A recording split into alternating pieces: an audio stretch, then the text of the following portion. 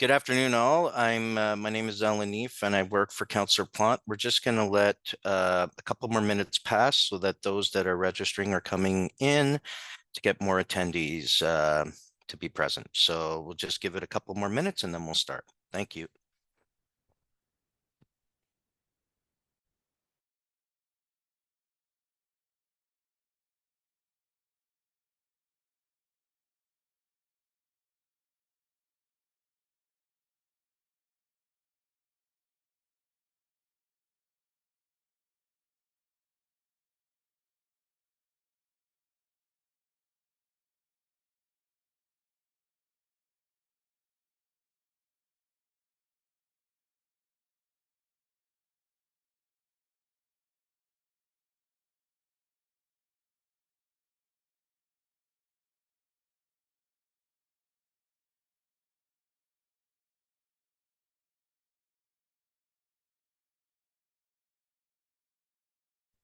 OK, folks. Bonjour, mon nom est Alan Neef. Je travaille pour le conseiller Plante. Et comme elle dit, le meilleur quartier aux villes, normalement, le quartier 12. Thank you for being here today. The focus of today's town hall is mostly on public safety and to give the OPS a chance to introduce their policies, but there are a few other things that the councillor would like to present. So just in terms of logistics, those that are online, your Q&A component, if you enable it, that's where you will be able to send questions. I will be able to publish them, and during the Q&A times, that's where people will get to answer it. So without further ado, I will turn it over to Councillor Plante to introduce us and do the acknowledgement. Salut tout le monde. Hi, everyone. Hope you're doing well despite the heat of today. As many of you know, I'm Stephanie. I'm the councillor for Ward 12. As Alan alluded to, it's the best ward in the city, and nobody on this call will say otherwise, at least not in my presence. I also wanted to give a shout out to everybody who works, lives, enjoys the ByWard market. I know there's been a lot of media recently about the ByWard market. We want to make it a great place for everyone. That my first job was working at the cabin in the ByWard market. I feel very strongly that the ByWard market is an amazing place, and we need to put all of our city, provincial, and federal resources to keeping it that way. But without further ado, because I know you guys want to hear the goods, I'm just going to give a quick land acknowledgement en français parce que c'est ma langue maternelle et c'est important qu'on fait les choses dans les deux langues officielles. Et par la suite, je vais passer la parole à M. Stam qui est là sur l'appel avec moi. Et puis, j'espère que tout le monde va aimer les informations qu'on va vous donner aujourd'hui. Mais sans plus tarder, je vais juste lire. Nous rendons hommage au peuple algonquin, gardien traditionnel de cette terre. Nous reconnaissons le lien sacré de longue date, l'unissant à ce territoire qui demeure non cédé. Nous rendons également hommage à toutes les personnes autochtones qui habitent Ottawa, qu'elles soient de la région ou d'ailleurs au Canada. Nous reconnaissons les gardiens et les gardiennes des savoirs traditionnels et de tout âge. Nous honorons aussi leurs dirigeants et dirigeantes d'hier, aujourd'hui et demain, au courage indéniable. So I'm just going to pass the mic right now to Sergeant Stam. Actually, to Kaylin first on the... Sorry. I will pass the mic to Kaylin, who some of you may remember from her BIA days. And Kaylin, go ahead. The floor is yours. Merci beaucoup. Hi, everyone. Bonjour à tous. I'm Kaylin McCluskey, and while I formerly served at the ByWard Market Business Improvement Area, I currently serve in the Mayor's Office as Director of Policy and work closely with Councillor Plante and all of the other councillors on not just issues of ByWard Market importance, but citywide. I was asked to come and talk about the Ottawa, Ontario New Deal. Just a couple of quick level highlights. I know there's been some attention about it. This was a historic level of investment in Ottawa, with many pieces going to our downtown core and revitalizing the downtown. I'm sure you've heard some of the pieces that have happened, ByWard Market featuring as well from a safety and security perspective, and I'm sure you'll hear from Acting Sergeant now, Stan? I'm looking, yeah, there we go, got it right, excellent. These negotiations continue to be ongoing. We're working diligently with our partners at the province, including those in the Office of the Solicitor General, to work through the plan that was required in addition to the funds to really understand what's needed and how to get things going. You'll hear an update about that later in the summer as we come through with what that operational money will look like for the benefit of ByWard. And you'll also hear later from our pals at the Ottawa Board of Trade and of course our wonderful staff in Economic Development Services on everything they're doing as well, involving the downtown and the ByWard market. So lots of investments coming, but many are underway. You'll hear about them today, but more details to come throughout the summer. Merci beaucoup.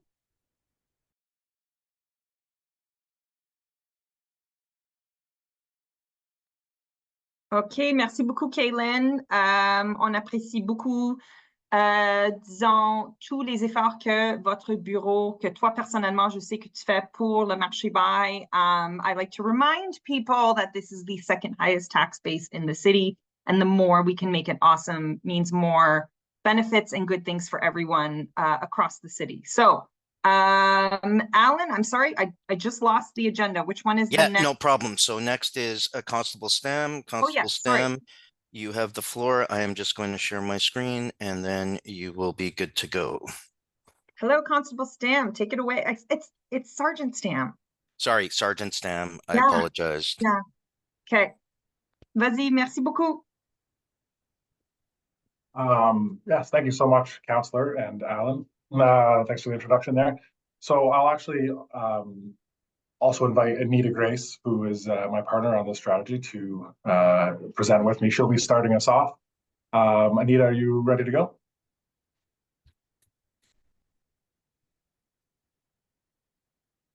Sure. Yep. Thank you very much. Hello, everyone. Thank you for this opportunity to present on the core strategy, which is the community outreach, response, and engagement strategy.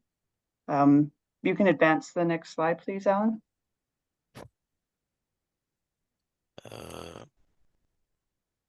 There we go. Oh. There we go. Thanks so much. So the core approach essentially is really an evidence-based policing approach. This means we're using evidence and data analytics to make informed decisions about the problems that we're addressing, about the best solutions, using research, using consultation and feedback, stakeholder engagement with you. Our goals are essentially to have safer communities, to see crime reduced, to support vulnerable community members, and really to implement community-led solutions. So in forums like this, really gathering feedback from people to find out what are the solutions that the community wants and how can the police be involved as a partner in implementing those solutions. So as we'll hear, some of the initiatives are already underway. The plan is to be implementing everything this summer, and we'll be sharing evaluations as we go. So starting in the fall, we'll be sharing evaluations with the community in terms of measuring the impacts that we're having or the efforts that we're doing, really achieving the goals that we set out. Maybe the next slide, please, Alan.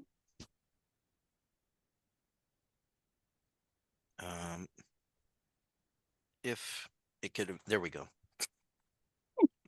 So this is, as you probably, this is no surprise, and Councillor Plante, you know this well. As we know, the crime severity, or the crimes really in Rideau ward are much significantly higher than the city average. So when we talk about crime severity, what that means is we look at, it's a measurement provided by Statistics Canada that provides an indication of the severity of crime, which is based on sentencing within the country.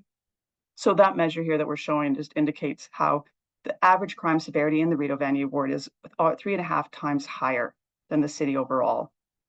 We know that residents, business owners, and workers feel unsafe.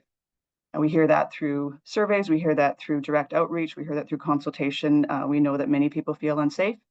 But these problems, as you know, are not just a police-only problems. They're intersecting crises of housing, mental health, addiction, the cost of living. We could go on. So these are complex issues, absolutely, and we have one role to play in them. So I'm just going to speak briefly to the data analysis part, and then I'm going to hand that over to Acting Sergeant Stam, and he's going to talk about the implementation. But briefly, just want to let you know about our data analysis process. So what we did is we looked at crime in the last, this is police data. So this is reported crime. This is crimes in the ByWard market, Lower Town and Sandy Hill area, which for police, we call that Sector 24. So it's an area there, market, Lower Town, Sandy Hill. And what we did is we looked at for 15 months from last January to the end of March this year, all the crimes that have been committed. And so that's, you see data set 1, that's RMS, that means our record management system. We looked at the crimes. And then we used the Statistics Canada Crime Severity Index. That's an independent index that rates the severity of crime. For example, homicide, first degree is about 8,000, a score of around 8,000, and something like a bike theft is 120 or something. So that gives you an indication of how the impact on a community will differ depending on the crime. People obviously are going to be more impacted if there are a series of aggravated assaults in their community compared to if there have been a series of bike thefts, for example. So using the crime severity allows us to have an indication of the impact of crimes happening in a community. Sorry, if you could go back for a sec, Alan, please. And so that gives us the harm index. And as you'll see in the map, what we used is the number that's in those hexagons. It indicates the score. That's the crime severity score. And what our analyst did was she sort of provided hexagons over the whole area of Ottawa. And what that allows is for us to be able to compare areas of geographic similarity. So we use the same similarity to compare. And so by using these hexagons over the whole city, we're then able to, she then calculated the severity for each. And that allows us to understand where do we really need to focus our resources. And Paul will speak to that. But I'm sort of showing you how we came at those identifications. Okay, now the next slide, please, Alan. So we did something similar for people, and both the hotspot identification and the identification of people really is from research. As we said, this is an evidence-based approach. So this is recognizing that research has shown that it's a small area of places and a small number of people who are generating a disproportionate amount of harm. So we could be most effective if we use our data to identify where is most of the harm happening and who's responsible for most of that harm. So the previous I showed, we used our data to identify where do we really need to be, where's most of the harm happening. And then we also use our data to look at who are the people who are responsible for most of the harm that is happening, and then really target our resources there. And not just police resources, but community resources as well. So we use a similar process to what I just explained, except here we also looked at the people involved. So for example, when we looked at that area of January 1st last year to March 31st, we had about 1,400 individuals, 1,367 individuals, unique individuals who were involved in those criminal incidents. These are people who were charged, who were directly deemed responsible for those. And so we did, and then we look at those people, and then we sort them using that crime severity again. So we're trying to see the people who are responsible for the most amount of harm in the community. But when we did that analysis, what really shows is why we need to engage our partners in this, because as expected, the situation in the ByWard market is complex. We know that already. And normally the research suggests that when you look at individuals, you would have 3 to 5% are committing 50% of the harms. That's not what we see in the market, because we have a unique kind of data set, because already we're looking at just a part of the city, and already we know the crime is different than the city overall. So what we found is we have about 10% of people who are committing about 50% of the criminal events.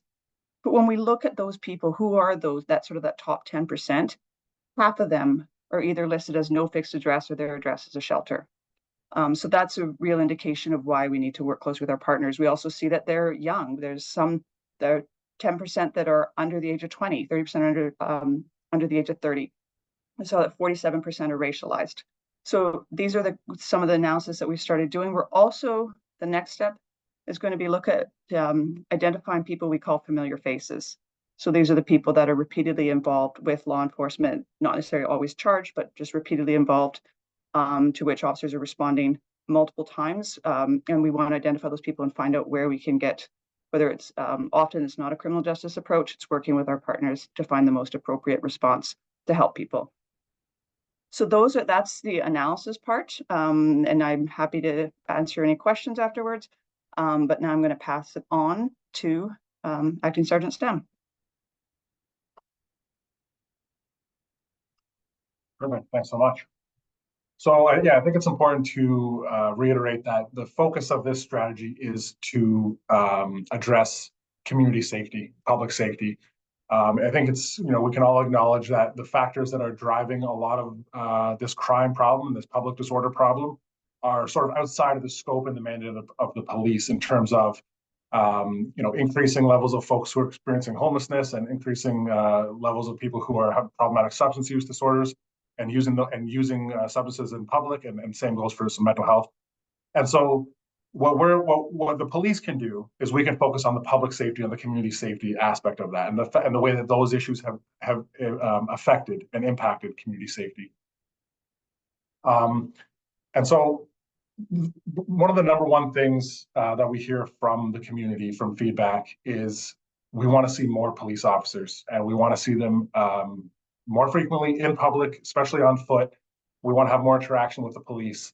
And that comes from interactions with all different elements of the community, from from residents in Sandy Hill, from folks living in community housing in Lowertown, from businesses, and from the street-involved folks themselves.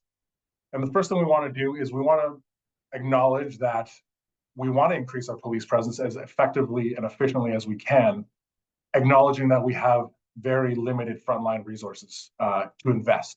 And so we need to be very precise in our approach and how we're going to invest those resources. And as Anita said, this is an evidence-based policing strategy. And what that really means is that we're using research and data to support police decision-making. We don't just blindly follow the data.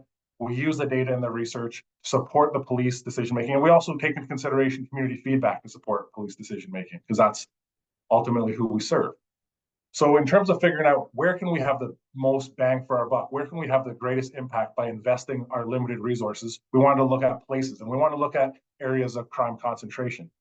And crime concentration is very well established in research. It's unambiguous at this point that crime concentrates in very specific places. It's not evenly distributed across the community. And if you think about that, that makes logical sense. So what we did, as Anita described, is we used our data to identify our top places where crime is occurring. And what we found is that 45% of crime events are occurring in 1.8% of these hexagons, and 35% of all the crime harm is occurring in 1.8% of these hexagons. So by investing resources in these in this less than 2% of places, we can have a dramatic impact on almost half of the crime that's occurring in that area. And we can increase police presence in these specific areas to do so. That's the number one thing that we're going to do in response to these hotspots. Identifying the hotspots lets us know where they are, but it doesn't tell us what we should do in them to have an effect. The number one thing we want to do is increase our police presence. And that's going to be done through our neighborhood resource teams, who are proactive teams, specialized teams of officers who work all over the city. And downtown, we're very lucky to have some extremely dedicated and hardworking officers on those teams.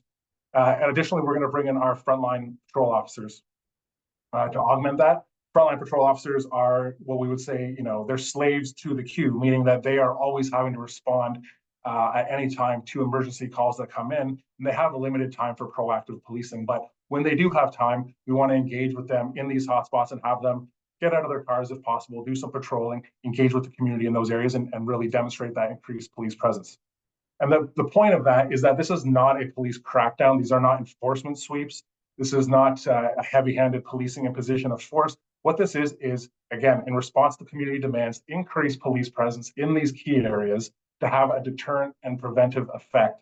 Because by having police presence in those areas, you're going to reduce the opportunities for people to engage in crime and disorder, and you're going to increase the risk for them to do so. And of course, there is also an enforcement element to this. We are law enforcement officers, and if we're going to have increased presence in these areas, we're going to be in place to respond more effectively, more quickly, and to observe more crimes in progress, and we'll be able to respond effectively in that way. Additionally, as I said off the top, what's driving this increase in crime and disorder are these social service and public health issues. And so we want to work extremely closely with our partners, and we have been doing that increasingly so over the last year. And one of the things we're going to do is work with the community, hear community feedback, to identify very specifically what the problems are. Sorry, last slide, Alan.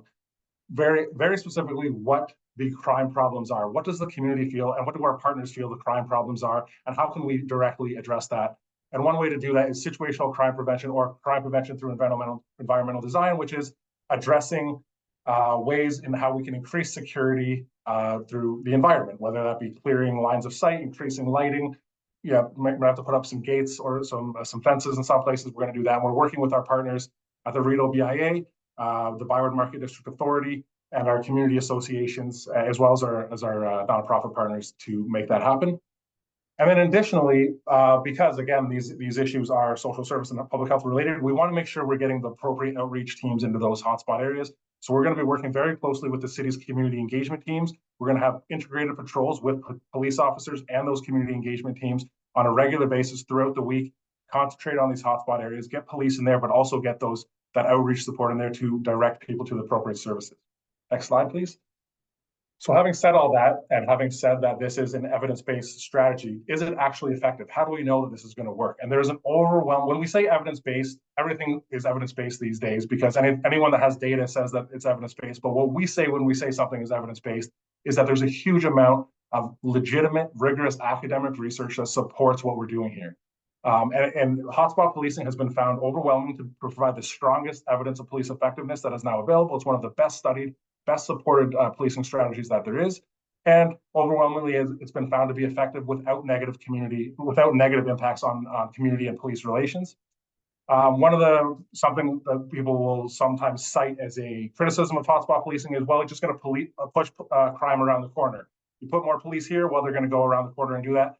Overwhelmingly, that is not the case. What hotspot policing studies reveal is that those crime control benefits that we see in those hotspots have a diffusion effect across the community, because we are focusing acutely on 50% of the problem. It's going to reduce the problem throughout the whole community.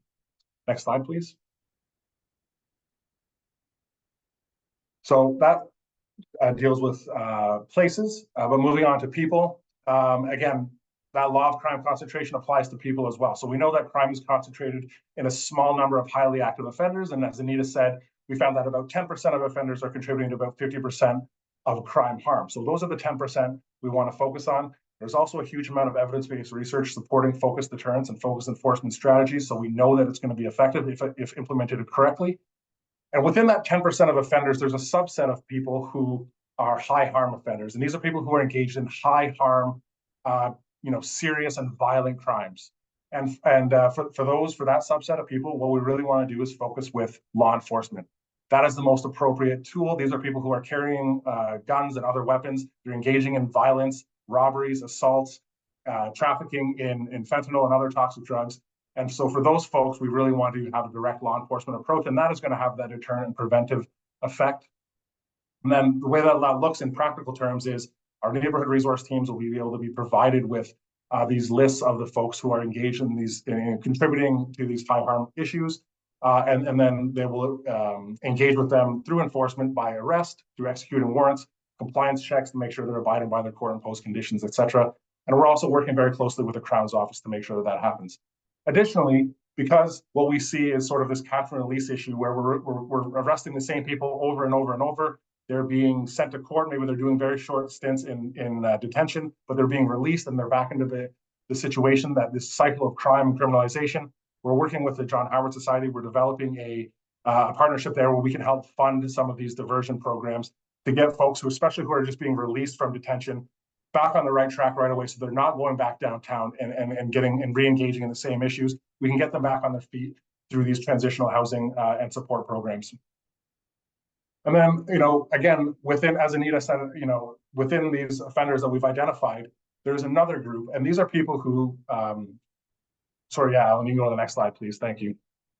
These are people who are prolific offenders, but they're not high harm. What they're doing is they're doing a very high level of sort of low harm offenses. And prolific shoplifting is a perfect example of that. We've had people who have been, had hundreds of contacts with the police over the course of their lives, hundreds of arrests, hundreds of criminal charges, or dozens of times that they've been apprehended by them under the Mental Health Act.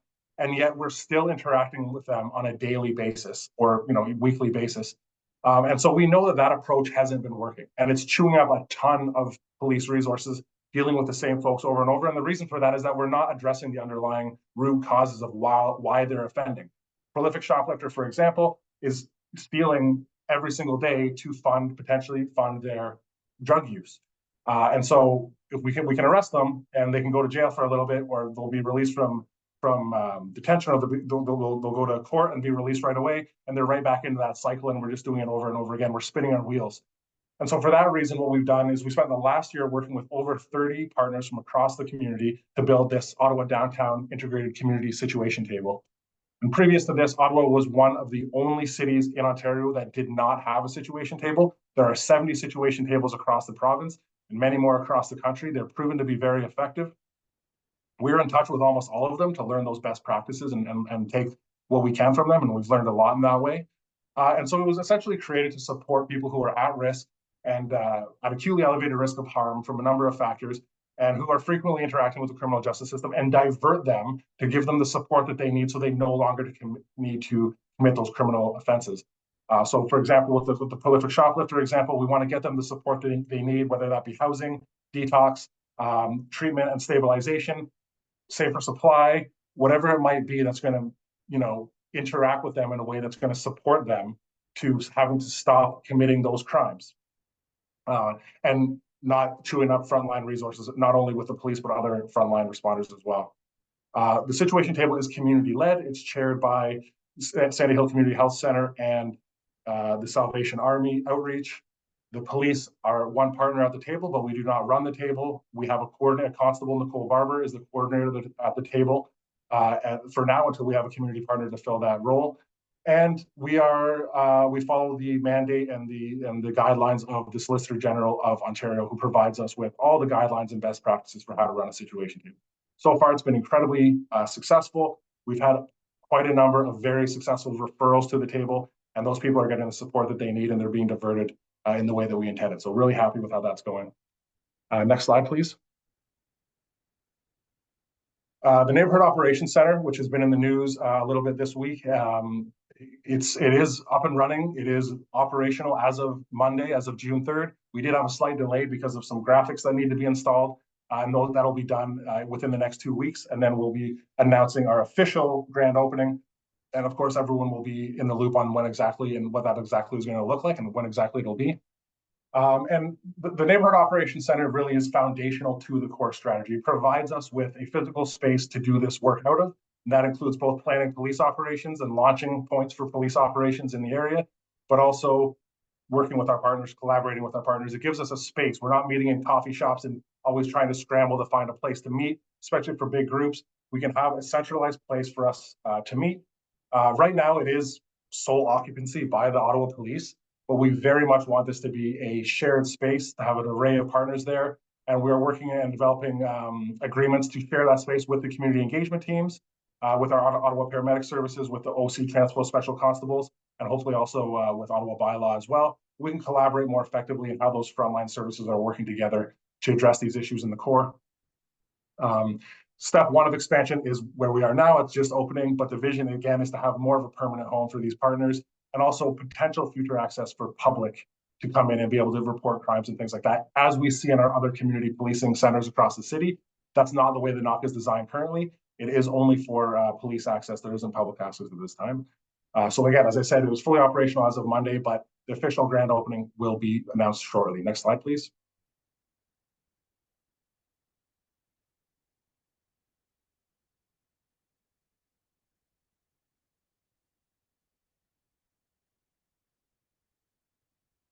Thank you. So just very briefly on this point is, one of the major issues that we're seeing in terms of addressing the problems in the downtown core is this lack of coordination.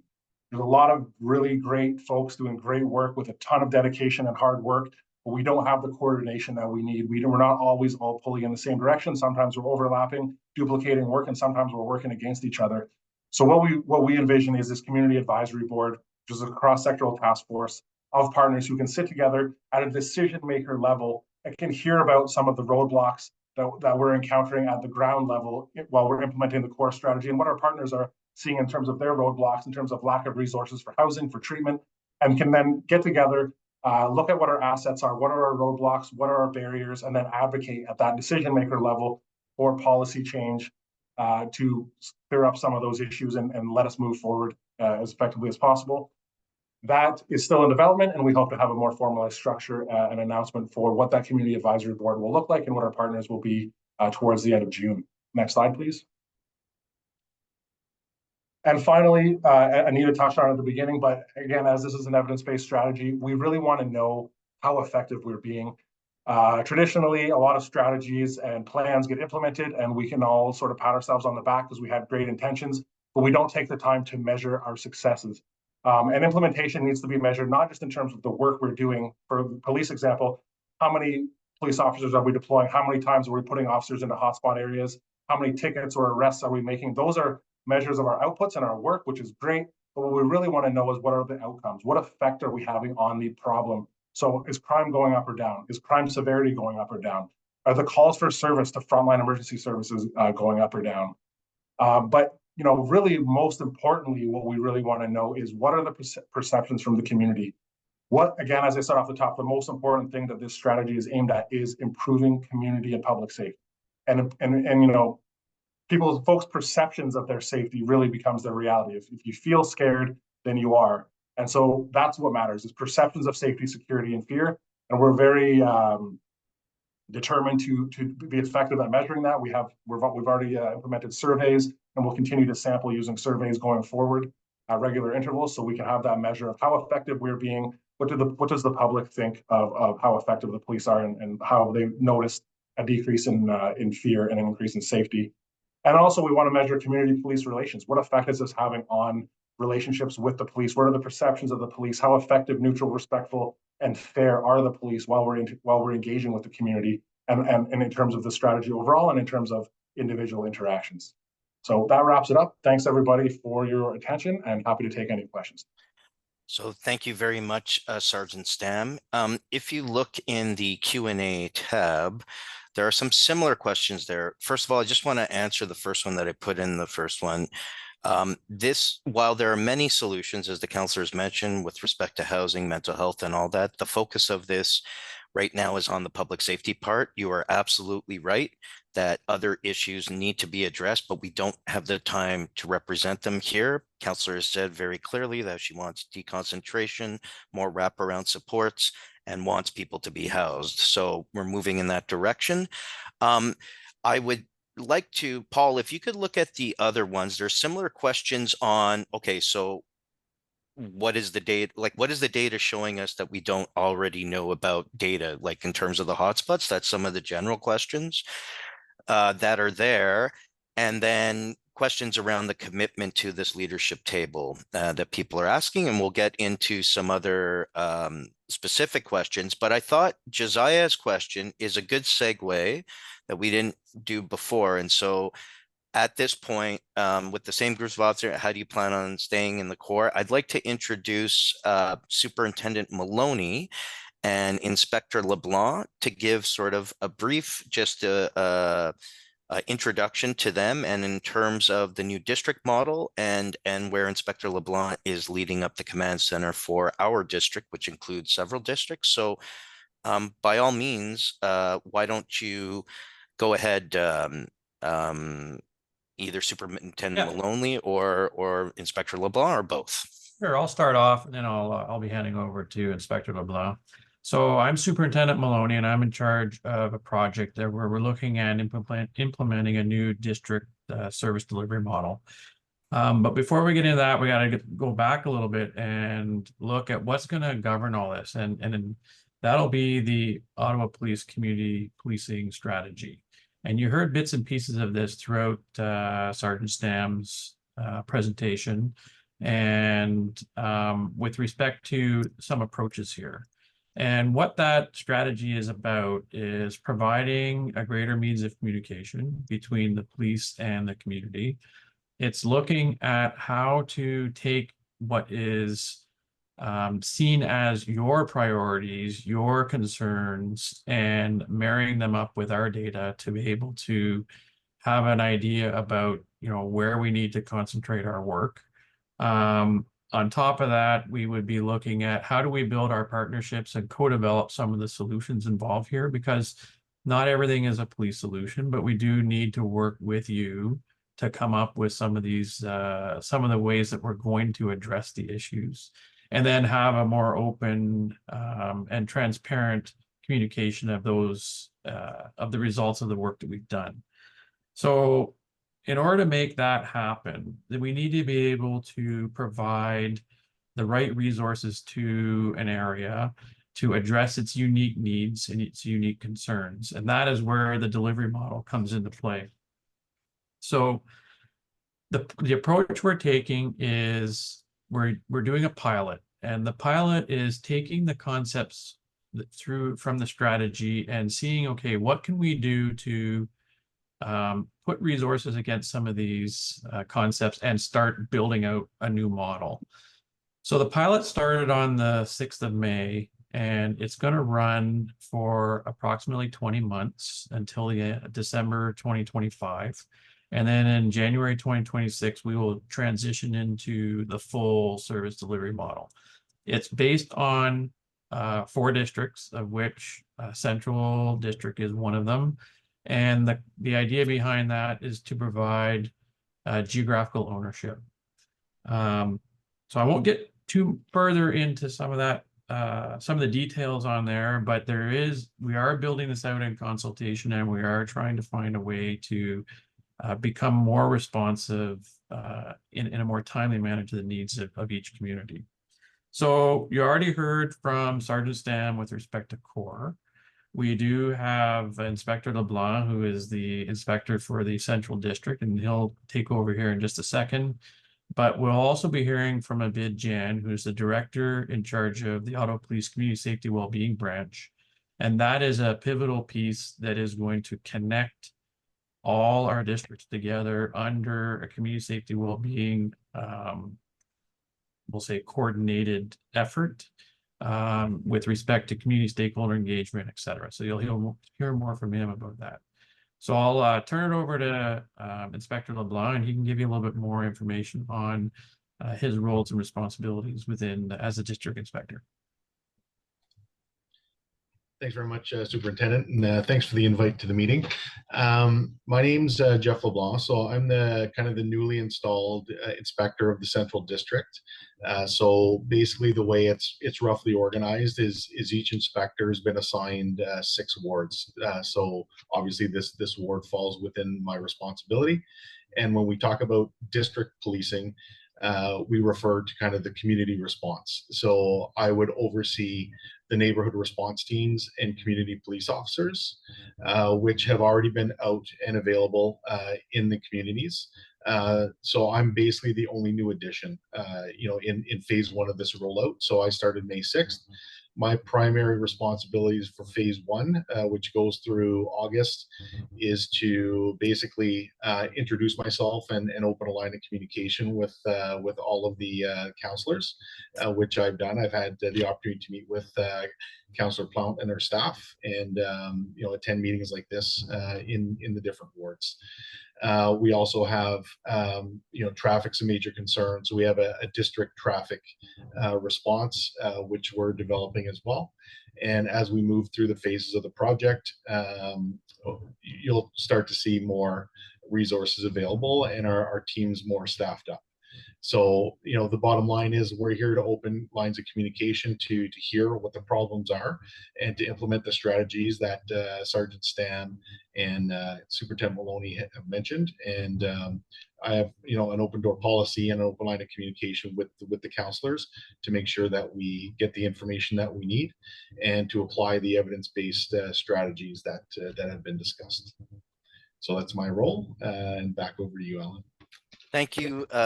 Thank you very much, Inspector. So, Sergeant Stam, there are several questions here on the hotspots and the data. So you can just answer generally, why is the data needed? People are basically saying that the data seems to be self-evident. So maybe you can answer some of those questions. Sure. Yeah, if the data seems self-evident, then I think that's probably a good sign if it lines up with our intuition.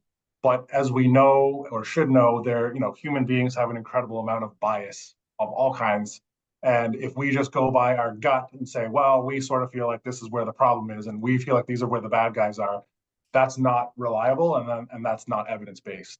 So what we need to do is stick with a very well supported by research process, which again, there are probably close to 100 hotspot policing trials that have been studied academically from all around the world at this point to support the process that we've used to identify these places. And that way we are being very fair and we can be very transparent by releasing this process and saying, this is exactly how we arrived at these conclusions, and this isn't just based on police bias or community bias or anything else. Thank you, Council Sergeant Stam. The other line of questions, I think, and that people naturally over time may be a little bit despondent in terms of the situation. So what is different this time? I think that you've heard from other sessions that sometimes you know, that we do a lot of these exercises, but what is the fruitful action that this will lead to? And they're legitimate questions from the businesses and the residents. So I was just wondering if you can answer some of that. Like, where do we go with this? What is the, there is a question there about the leadership table and what is different about that table in terms of moving the needle forward? Thank you. Yeah, so sorry, do you want me to just kind of go through the chat and answer questions, or do you want to give me a specific? Well, just generally, no, specifically, I guess the questions are, you know, I'm trying to sort of group some of the questions that are together. So in terms of like what feels different this time, because I think people in the market kind of feel that if you scroll down to Kyle's question at the bottom, there's a certain sense of despondency and all that. So we want to give people hope that this is actually going to move the yardstick and the needle. So I was just curious as to what you see and going forward, so that this doesn't become necessarily like a black hole exercise, that we can get back to the people who are legitimately going to fill in data entry and all of that, and then they want to know how that's being used. So I would say, you know, not taking anything away from the efforts that have been made in the past, having worked very closely with our partners and internally on this, there's a huge amount of dedication and incredibly hardworking people who are trying to solve these problems. These are not simple problems to solve, and that is evidenced by the fact that cities across the country, across North America, are dealing with this same issue. This is not unique to Ottawa. Geographically, every city has its own nuances, but this is a common problem that we're seeing widespread at the moment, and there's no simple solution. And I'm certainly not saying that you know, as I said off the top, the police are one piece of the answer. The core strategy is not the magic pill that's going to solve all the problems and suddenly, you know, all is well in the downtown core, but it's a step in the right direction. And it's something that we can continue to build on. And that is why using this evidence-based approach is so important, is that we're doing what works. This isn't guided by ideology or any type of politics or dogma. What we're doing is saying, this is what's been proven to work, and that's what we should do. And then to make sure that we're adhering to what works, we're going to continue to track it, to track our outcomes, track our implementation, make sure it's being done properly, and then hearing feedback and looking at our data to help adjust as we go forward and build on that. And as I said, also, one of the biggest pieces that's been missing is this coordination piece. This is a step in that direction. It's not the be all and end all. It's a step in the direction of getting all hands on deck in the downtown core, working together towards a common goal. And that can be incredibly hard to do. You know, even just agreeing on what specific problems that we want to address, what the problems are, can be hard to achieve consensus on with all the different partners that are working on these problems. So I think it's different, you know, for those reasons. I have a lot of hope that what I've seen working on this and with our partners, that there's a lot of positive feedback we're getting in terms of moving in the right direction. And we're going to continue to track it. We're going to continue to adjust based on feedback and based on data. And we're going to be very honest with our outcomes to see, did it work? Did it not work? If it didn't work, then why? And how can we build on that? But it's not just sort of, this is going to be great, don't worry about it. That's not our approach here. In terms of, I also answered Deke's question about the Community Advisory Board.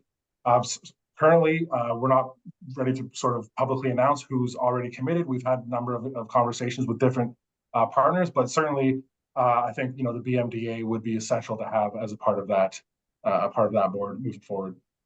You know, sort of Kyle's question at the bottom there is broader to policing in general, so I won't touch on that at the moment. But is there anything else here that's very specific to the core that I can answer? Paul, sorry, do we know, Simon's question is a good one. How many offers will be working in the market area on weekends for the summer? Jeff, maybe you can answer, like, what is the shift looking like at this point? So the teams will be working, obviously, every weekend. We do have our market safe initiatives that are going to be starting up fairly shortly. So that brings in other officers to kind of bolster the neighborhood response teams.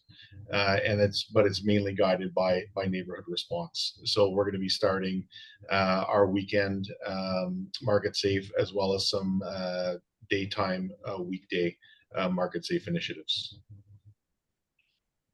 Okay, thank you so much. Is that pretty much everything, Alan, at this point? Can we move on to the next Yeah, one? we can move on. Abidjan's, there are some specific questions just on like, will CORE reduce the cost of private security? I don't know if we have the answer for that right now. That is the intention, to reduce cost of private security so that we can focus on hotspots.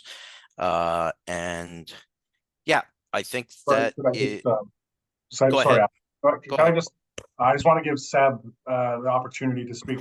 Because he is the one who's probably has the longest history working down there in terms of policing. So I just want to give an opportunity if you want to answer any of the questions or speak to any of the points that have come up here. Thanks, Paul. Sebastian, been the police officer for the market for the last 10 years, and right now for Central. So I recommend on the chat, and it'd be a pleasure to follow up with anybody else on this. I haven't had an opportunity to meet yet. Definitely the value in what Paul and his team have been working on. Sincerely excited about using the knock being physically great.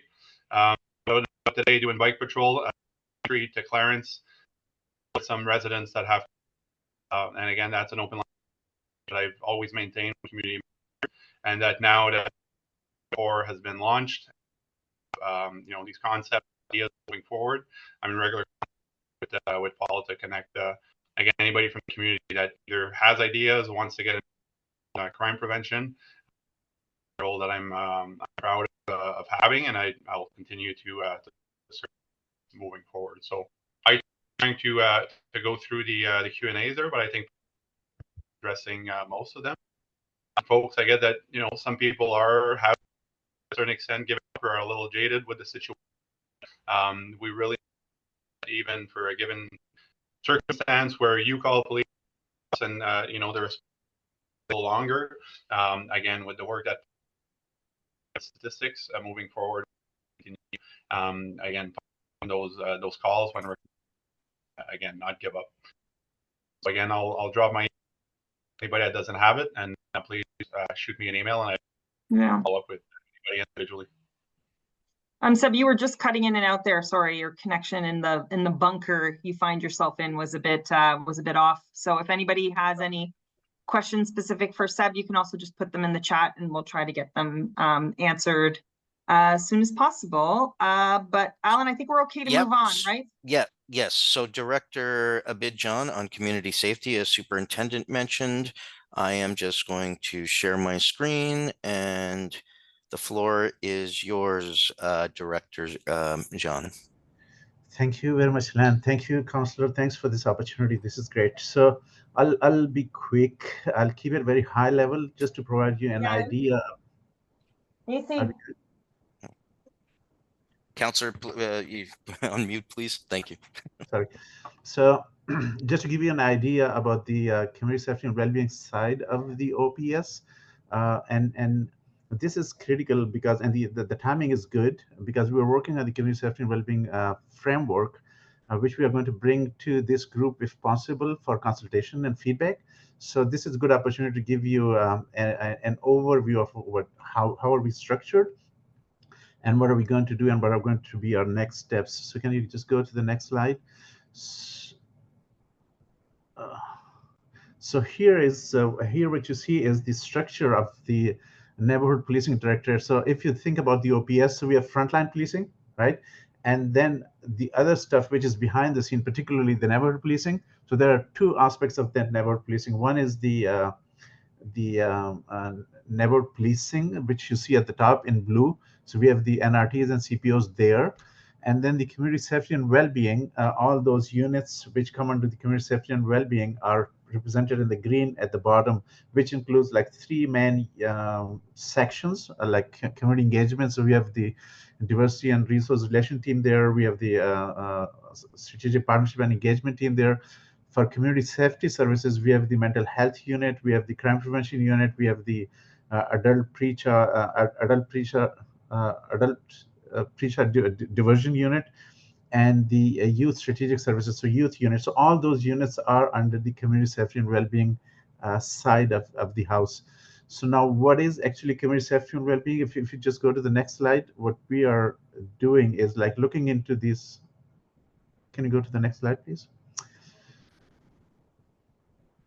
So these are the 4 levels of intervention, starting with again, the crime prevention aspect, like starting with social development, and then the preventative work, and then risk intervention, and finally, we have the incident response. So when I talk about the community safety and well-being plan, so we are actually looking into every single unit and every single team, that how their work fits into these 4 levels of intervention, and what would be the priorities within those 4 areas, what would be the key activities and action, and how would we measure that. Can you just go to the next slide, please? So what we are actually doing is, the question to us for the community safety and well-being team is that how are we going to support? So we are actually a support service, right? Support service both for the OPS, other units and front lines internally, and then to the community externally. So 2 aspects of the work: external support and internal support. So currently we are going through the development of the framework, and the focus is that how are we going to identify the root causes for the calls for service? How are we going to reduce the workload on the front lines to reduce the call for service through connecting people with supports and resources to address the underlying causes and needs of all those safety related issues and needs, right? And then to provide the right response at the right time, being proactive rather than dependent on the enforcement all the time. And then most importantly, supporting district teams and the initiative that Paul was just talking about, the work that's happening in the core, how to actually provide integrated support to those kinds of initiatives, to sustain them, support them in various ways through all those different teams under the Community Safety and Wellbeing Directorate. Next slide, please. So in terms of the next steps, there's some work that's happening internally, and then we are going to go external. So internally, we are wrapping up the consultation process with all the units, not just the community safety and well-being units, but also the other units, so that we can have a very good understanding that how can we support them, what are we going to be, what are going to be the priorities for us, then set some goals, and then key performance indicators, and then develop some consensus internally on that framework, and then go externally. So there was a question that was sent to me last week about our relationship with the city's community safety and wellbeing team. So we are going to work together with the community safety and wellbeing team, and they are going to be our key source for feedback on our framework, and the mutual support, like the work from on our end, the community safety and wellbeing team. How are we going to help operationalize the city community safety and wellbeing plan, and how they are going to be supporting the work that we are doing. So it's going to be a mutual collaboration and coordination of resources and supports that we are going to work closely with the city and other community safety and wellbeing partners.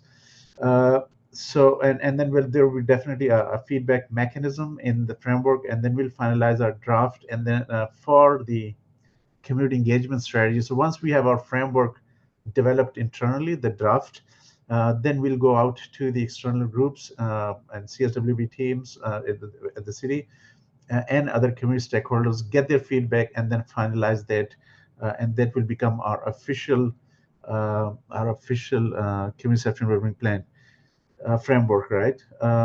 So this is the work which is in progress, but the timing is good to introduce it to you right here. We had the teams put together, like the whole community safety and wellbeing structure put together a year ago, and now we are going through the framework development process. So it's going to take a little while, but once that is in place, we were in a very good position, and the timing is good or ideal in other ways. Can you just remove the slides, please? It's ideal in the sense that we have the district model now in place, which is providing an opportunity for our teams to see in tangible ways that how can they practically do work to support that community policing model, right? So this is everything in a nutshell. And if I will see if there are any questions to respond to. But I look forward to future engagement to get some feedback on our framework as we go forward. So there's a specific question in the chat in terms of the social development planning and what budget do they have for the market area. Don't know if you can answer that, Director Jen, but I guess just in terms of the broader question related to that, because you did mention it, is that you're looking for the businesses here to partake in sort of feedback to help both your work. Both you and Constable Stam stated that. So in the material that goes out and that we're going to submit after for all the attendees, those links like Sergeant Stam, yourself, etc., and key deadlines as to when people can participate, and then also giving them an understanding how their information that are being provided will be used, and that will be helpful going forward. Yeah, we'll definitely do that. And BIS play a very critical role in all those community engagement processes at the community level. So I remember the Together for Venue initiative, in which BIA played a very, very key role. That was a while ago, but that's how we are seeing. So the initiative that Paul Stam was presenting, we are expecting to have those kinds of situation tables and collaboratives in place in all the districts, and then provide support to them and have that kind of a collaboration, coordination, leveraging of resources and community active participation. So yeah, that's fantastic. I think people here, like as we move to action, we don't want to layer too much with a lot of bureaucracy, et cetera. There's one specific question that Madame Valiquette asked, is how is the youth strategy being used in the new initiative? So that's a very good question. So what we are planning to do is like we are assigning youth officers to support the district teams. And what they would do is like they'll split their portfolios. So some of the officers will directly engaging with the community associations, community organizations, community initiatives, any youth initiatives that are happening in the communities, so that they can make connection with the youth service agencies on the one hand, and also with the programs and activities that are happening at the community level. The portfolio of the second group of the officers would be focused on supporting whatever is happening at schools, right? So engaging youth in schools, engaging support, providing support to schools. So that's going to be a very, so we used to have those programs in place, but this is going to be a very integrated and coordinated mechanism, working all these teams together. All right, thank you very much. And you know what? We're right on time because we gave an hour for the police in terms of everything. And so there's an hour so please continue in the webinar if you have further questions for OPS. But I will turn it over to Cindy Van Buskirk right now, to give an update on the economic development. And I'll pull up I'm pulling it up right now. So give me 1 second.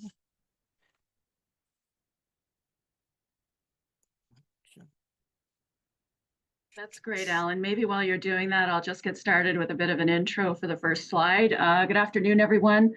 I'm Cindy Van Buskirk. I'm a program manager with Economic Development Services here at the city. I'm joined today by my colleague, who you'll see in just a moment, Amanda Mullins, who's the manager of the ByWard Market Public Realm Office. And you're also going to be hearing from two amazing external colleagues, Su-Ling Ching, the president and CEO of the Ottawa Board of Trade, and Jennifer Barrett from the Canadian Urban Institute, who are going to talk a little bit about a piece of work that the city's been very involved in over the last number of months. But Amanda and I have a short deck today that's going to highlight a few key points regarding the city's new economic development strategy and action plan, and also provide you with a bit of an update on implementation and some projects that are ongoing related to the ByWard Market Public Realm Plan. So next slide, Alan. Oops, This- sorry. That's okay. The city's new economic development strategy and action plan was developed in 2023. It was just approved by council in April of this year. What it does is it really responds to a lot of what we think are very significant economic challenges and opportunities that are facing our city in a post-pandemic and ever-evolving economic climate. The plan supports the 2022-2026 term of council priority, a city with a diversified and prosperous economy, and really gives us a framework to guide our economic growth, diversification, prosperity, and resilience. It's also a roadmap to help us prioritize the allocation of city resources for economic development. And lastly, it builds upon well-established partnerships and programs and introduces some new strategic priority areas and actions that at the end of the day are really advancing the city's economic competitiveness, reputation, and quality of life. Next slide. The strategy was developed using a three-phased approach. The first phase was the establishment of a vision statement and 8 guiding principles, and this really provided us with a clear focus and an opportunity to also provide a local context. The second phase was an economic and trend analysis, and that's where we did an assessment of our local economy, key economic sectors, including knowledge-based industries, tourism and creative industries, and small business. The third phase was about stakeholder engagement. So this is where we consulted with partners and stakeholders in the broader business community to contextualize and validate and prioritize our economic challenges and opportunities. We also looked for ideas around initiatives and actions to include in the strategy. And we also established a sponsor group that was composed of our key economic development partners. And these partners provided us with amazing input, feedback, and sector expertise at each phase of the process. Next slide. The strategy introduces 7 priority areas, and these priorities, again, they reflect the feedback that we gathered during the consultation phase and really considers Ottawa's economic strengths, opportunities, and challenges. Each priority area in the overall strategy has a stated objective and a series of corresponding actions that are to be delivered either ongoing or over the short or medium term. Each action then has an associated work plan to guide strategy implementation. And while you'll see the 7 strategic priority areas listed in numerical order, it does not reflect their order of importance. And for today's meeting, and at the request of the councillor, I'm going to focus briefly on 2 highlighted priorities downtown in the ByWard market and key sectors. Next slide. So I don't have to tell anybody on this call that the pandemic has significantly impacted the nature of work, the visitor economy, and socioeconomic conditions. And certainly for our downtown and the ByWard market, both key employment, residential, and tourist areas, this has resulted in a noticeably decreased daytime workforce, foot traffic, and overall economic activity, as well as escalating social issues and safety concerns. With a significant proportion of downtown workforce employed in the public sector working either remote or hybrid, we really need a proactive approach to reimagine and rebalance our downtown. So this means recognizing that future resiliency will be really dependent on the increase in diversity of economic activity, including cultural vibrancy, tourism, placemaking, livability, and safety. So this work includes, and some of the sample actions are listed there on the slide for you, and you're going to hear more about it in a moment. This work includes the Downtown Action Plan led by the Ottawa Board of Trade and Canadian Urban Institute in partnership with the city and with other economic development partners. Some other actions that are included in this strategic priority are the establishment of an internal downtown tactical team here at the city to examine the actions outlined in the Downtown Action Plan and coordinate city downtown revitalization efforts.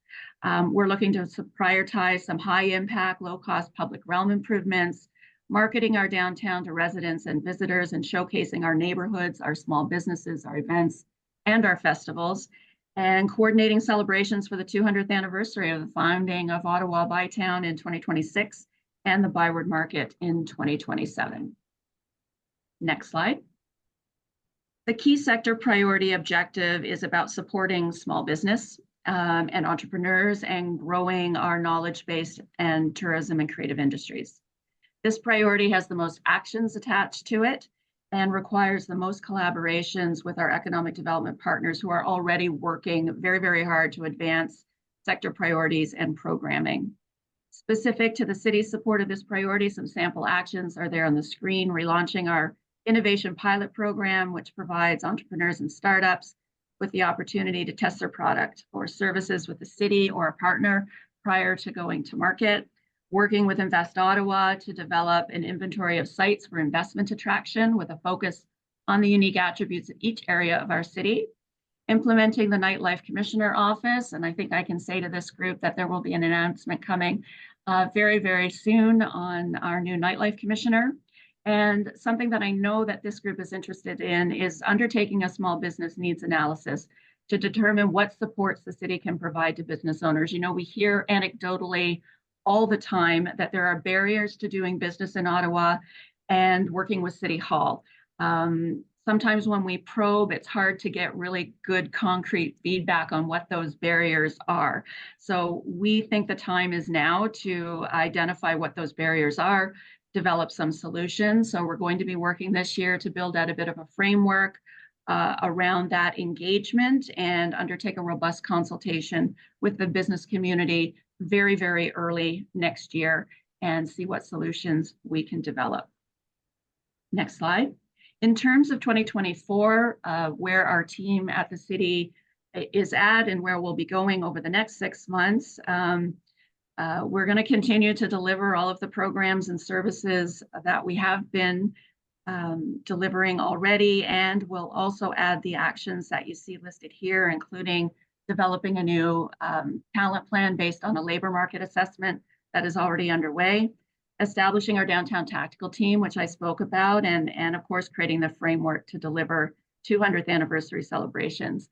And we're going to do all of this within our existing resources and budget, which I know will make the councillor happy. It'll be one less thing she'll need to think about when budget time rolls around, which is not to say we won't think of other things to ask for, but these things are covered. Next slide. And to report on our strategy implementation progress, we'll go back to committee and council annually with a report that will outline all of the actions that we've taken over the year, the outcomes achieved against what we said we would achieve in the strategy, and provide an overview of our work plan for the upcoming year. There are also performance indicators related to our strategy and the performance of the local economy reported on as part of the city's strategic planning process. We are shortly going to post a summary document on ottawa.ca of our strategy and action plan. But if you can't wait and really want to dig into the meat of the strategy in a little more detail, I've included a link here that you can visit that will take you to the staff report and the supporting documents that were presented at Finance and Corporate Services Committee back in March and considered and ultimately approved by Council on April 3rd. So with that, I will leave it. I know we're going to take some questions a little bit later, but I'd like to turn it over to Amanda right now. Thanks, Cindy. Just an audio check. Can you hear me okay? Perfect. Good afternoon, everyone. My name is Amanda Mullins, and I'm the manager of the ByWard Market Public Realm Office. Prior to providing you with a little bit of an update as it relates to the ByWard Market Public Realm Plan's implementation, I wanted to do a bit of a place setting and refresh as it relates to the ByWard Market Public Realm Plan. Sorry, Alan, are you able to advance the slide? Yeah. Thank you. So for your awareness, this plan was created to re-envision the public space that exists within the ByWard Market and acts as a framework for future investment.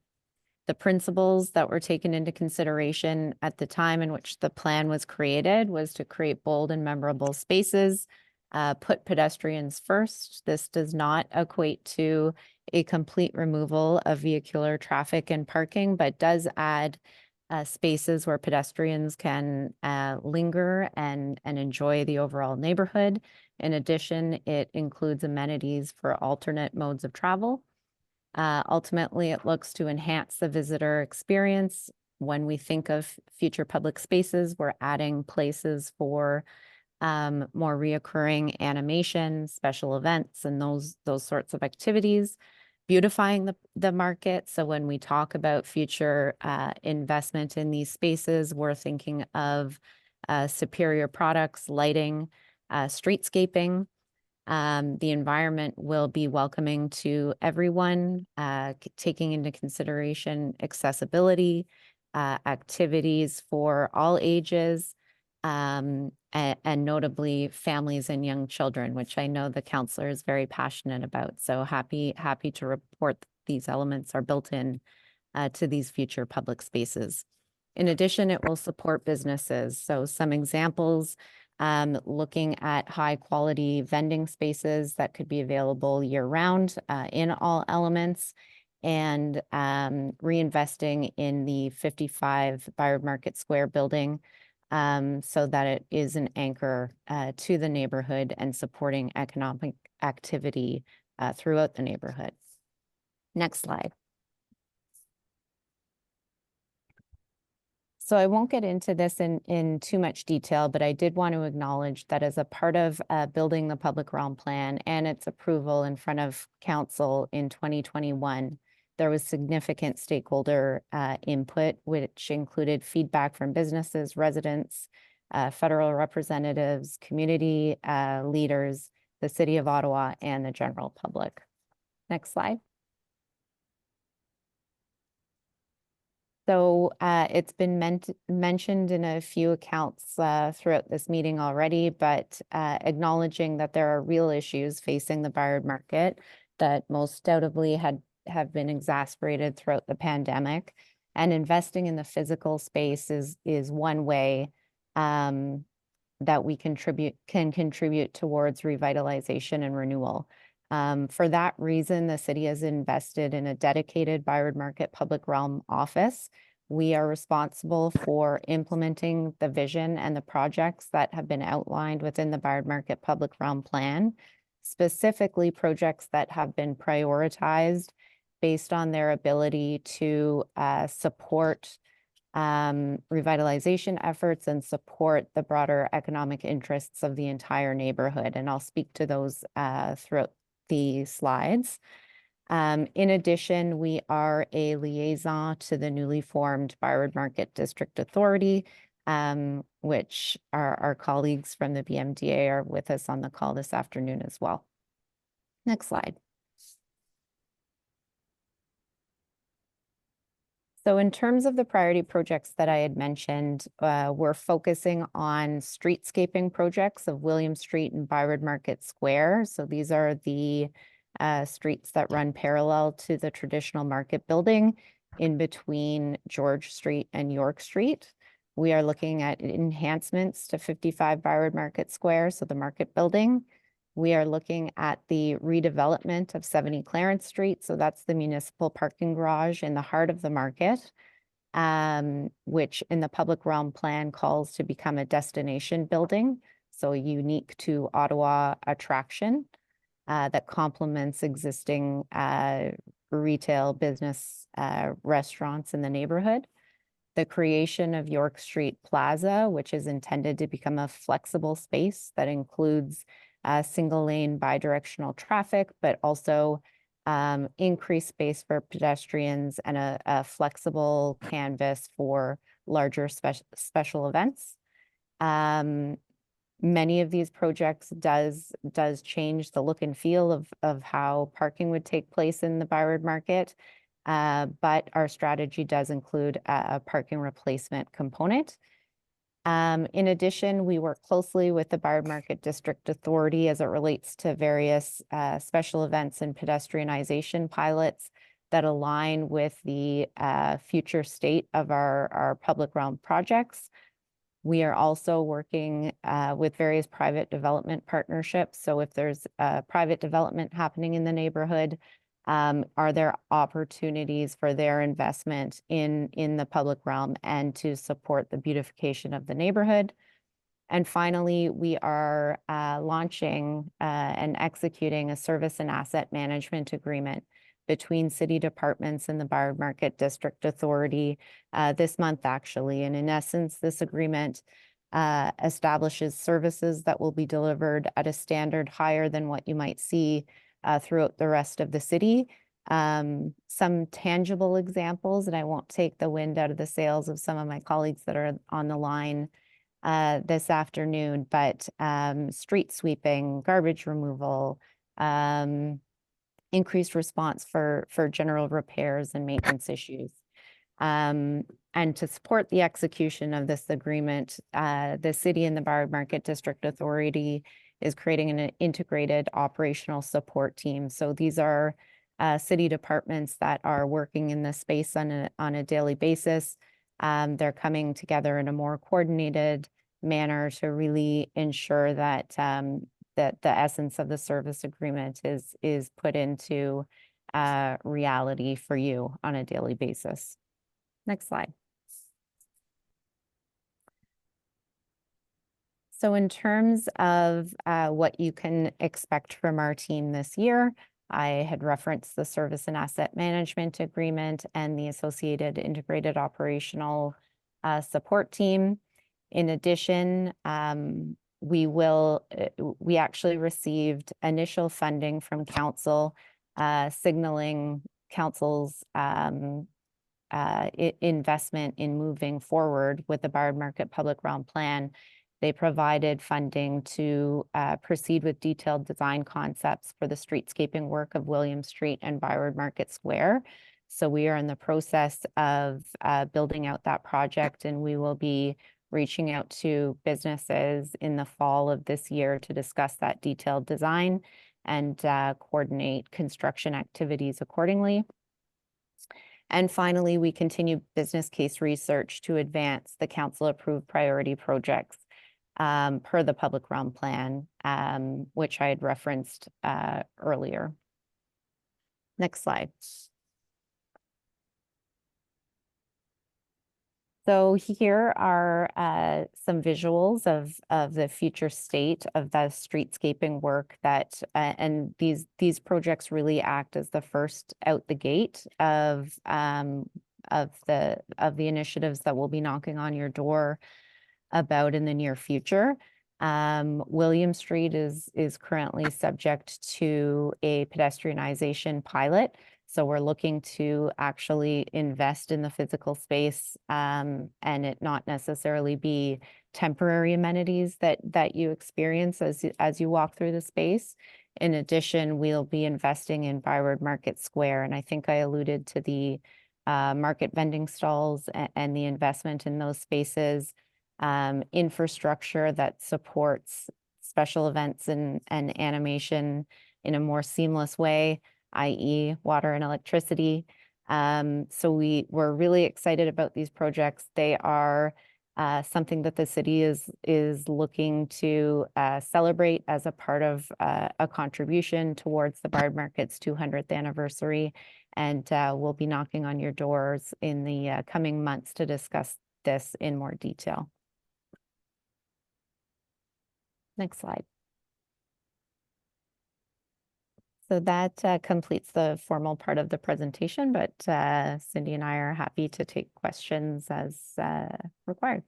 So there are a few questions popped up in the Q&A, mostly, so Deek is just giving a plug, and I think Zach will talk about that a bit later as well in terms of a panel coming up. But the other ones, just generally green space seems to be the issue that we're talking about in the chat. So what are, in terms of the Public Realm Plan, like what are some of the opportunities? What are some of the things going forward in terms of green space and green space place setting that can be for the ByWard? Thanks, Alan. In terms of green space, maybe just a little bit of context. Are we thinking parks specifically? No, there's some questions here about like planters on the road, but then in terms of parks, like, you know, what of those have been implemented, et cetera. So thinking both generally and specific. Josiah has a couple specific questions in there as well. Sure, thank you. So in terms of green space, the Public Realm Plan calls for a significant tree canopy.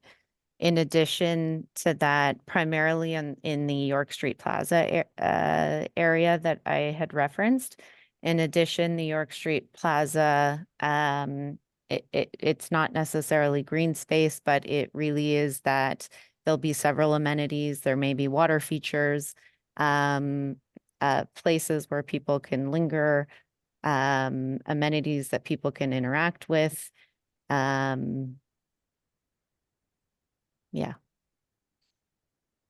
Okay.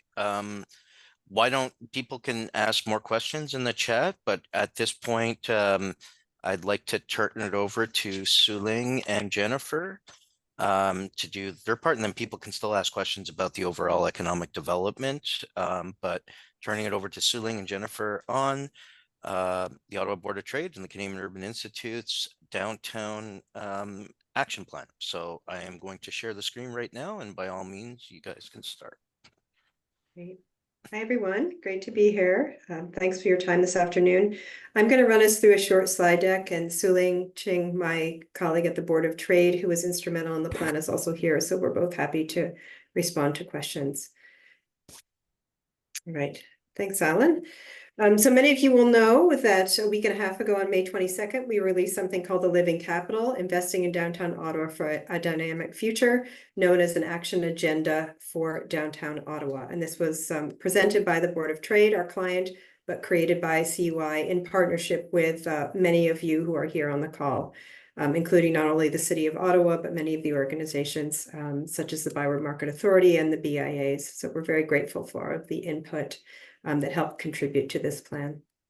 I'd also like to say that a lot of the plans that are presented here and a lot of the plans that are in place at the city and at other organizations like the NCC were instrumental to the actions that are coming out of this plan so that it aligns with work that has been proposed or that is underway. Next slide, please. I just have this slide up to show you the link to the plan, so you're welcome to peruse it at livingcapitalottawa.ca. What I will go through is obviously just a high-level summary, but there's a lot more detail there, including very detailed steps to implementation, governance, leadership, etc. Next slide, please. So the timeline for the project, we started in the fall with research. Many of you will know that the Canadian Urban Institute has done a lot of work on downtowns and main streets, particularly looking at the impact of COVID, but also looking at the acceleration of trends that were already in place. So when we started our work in September, it was really about understanding the landscape of other downtowns, work that was being done in other North American cities, but also work that was in place with plans at the city and other levels of government. We hosted a summit in November of 2023. And then the bulk of our work in December through April was really about more detailed engagement with small groups and stakeholders and refinement of the actions that you'll see, as well as the creation of an implementation plan and a governance model. And we launched the report in third week in May. Next slide, please. So the importance of downtown, many of you on the call don't need to see this, but it's something that we always put front and center when we present, which is that downtown is significant not only to the city of Ottawa itself, but to the region as a whole. We know that downtown is a large commercial tax base, and that commercial tax base and revenue from it supports the overall municipal tax base. And so in the case where that municipal tax base shrinks, it impacts not only the city, but also the region. But it also means that growth and investment in the downtown impacts the region as a whole, whether it be economic development or cultural assets, or just general servicing that's provided by the municipality. Next slide, please. So our call to action, which is front and center to our plan, is really about creating a leadership path to transform downtown. So very early on in our process, it became clear that this was not about returning to 2019. It was really about setting a path to transformation. And this is true for downtowns across North America, who are having to react to not only hybrid work, but other things, equity, diversity, safety, and security, you know, the myriad of social issues that were discussed earlier in the call that are playing out in our downtowns and that are impacting not only investment, but people's desire to come to and to live and to be in downtown. Core to our work is about attracting workers, residents, and visitors and continuing to produce the kind of revenues that the region depends on, but also ensuring that we're creating a robust mix of uses so that we're not relying on just commercial office use, but that we're really ensuring that our downtown can be more resilient for the future. And this vitality and diversity is really critical to everyone across the region, not only if you're a business owner or a resident in the downtown, but really if you're someone who lives and benefits from what's happening in the region. Next slide, please. So our vision for downtown Ottawa, and you'll see in the next slide the map that shows you how we're defining the downtown. It's more than just the commercial core. It's really about leveraging all of the assets that exist. So we know that downtown Ottawa has incredible cultural and natural assets. It has benefited from a lot of investment prior and, you know, a lot of investment in the last 150 years and continues to be a source of visitors and tourism for the region as a whole. It's about creating mixed use districts and leveraging what is already there in terms of the combination of uses, but making sure we do so in a way that is unique to Ottawa so that it continues to be unique in its own way.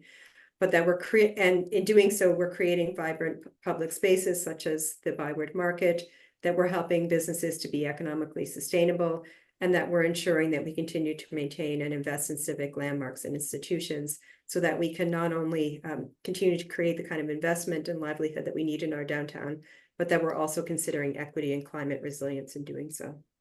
Next slide, please.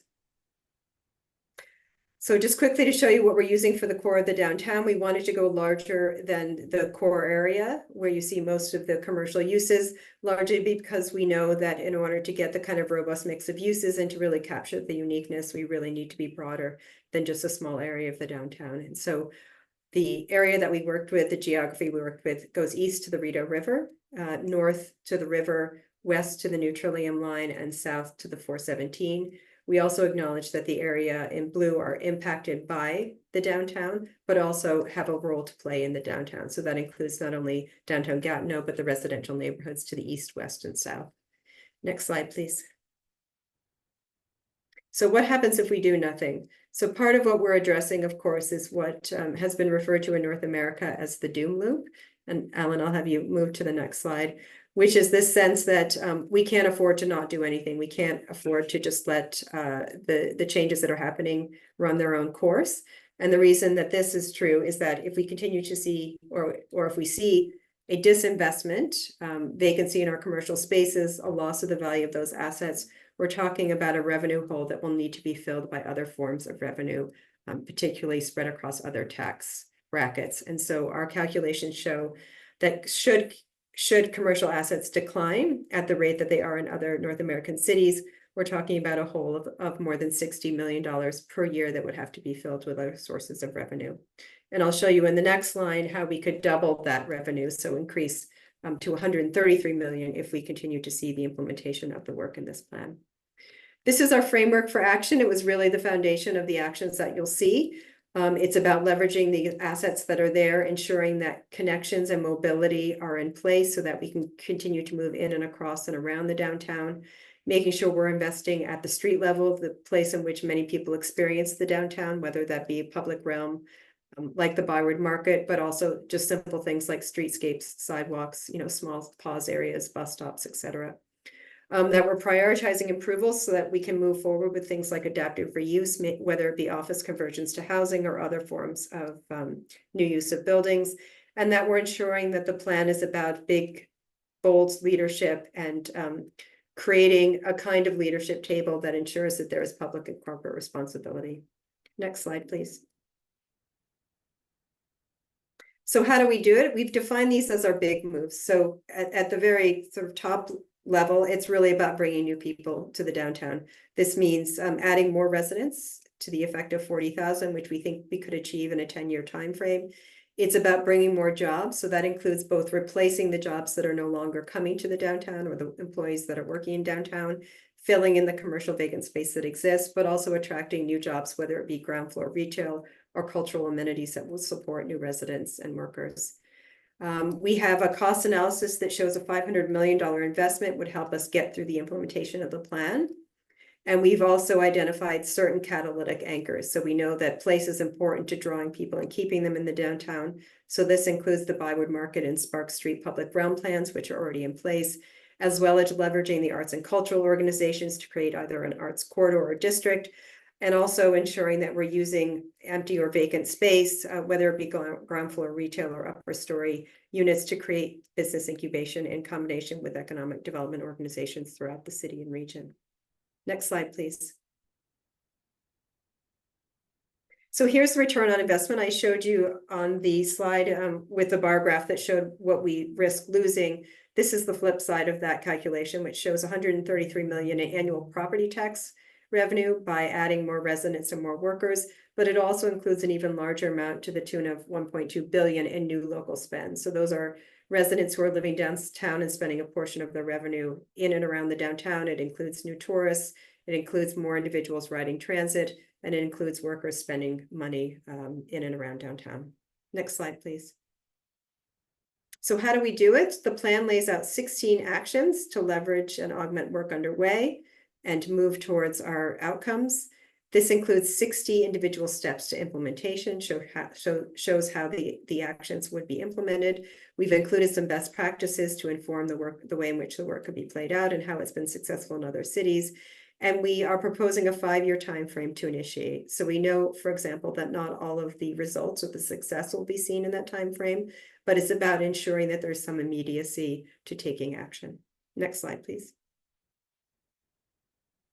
We have 4 specific outcomes we're focused on. This is about creating a downtown that is desirable, resilient, robust, and inclusive.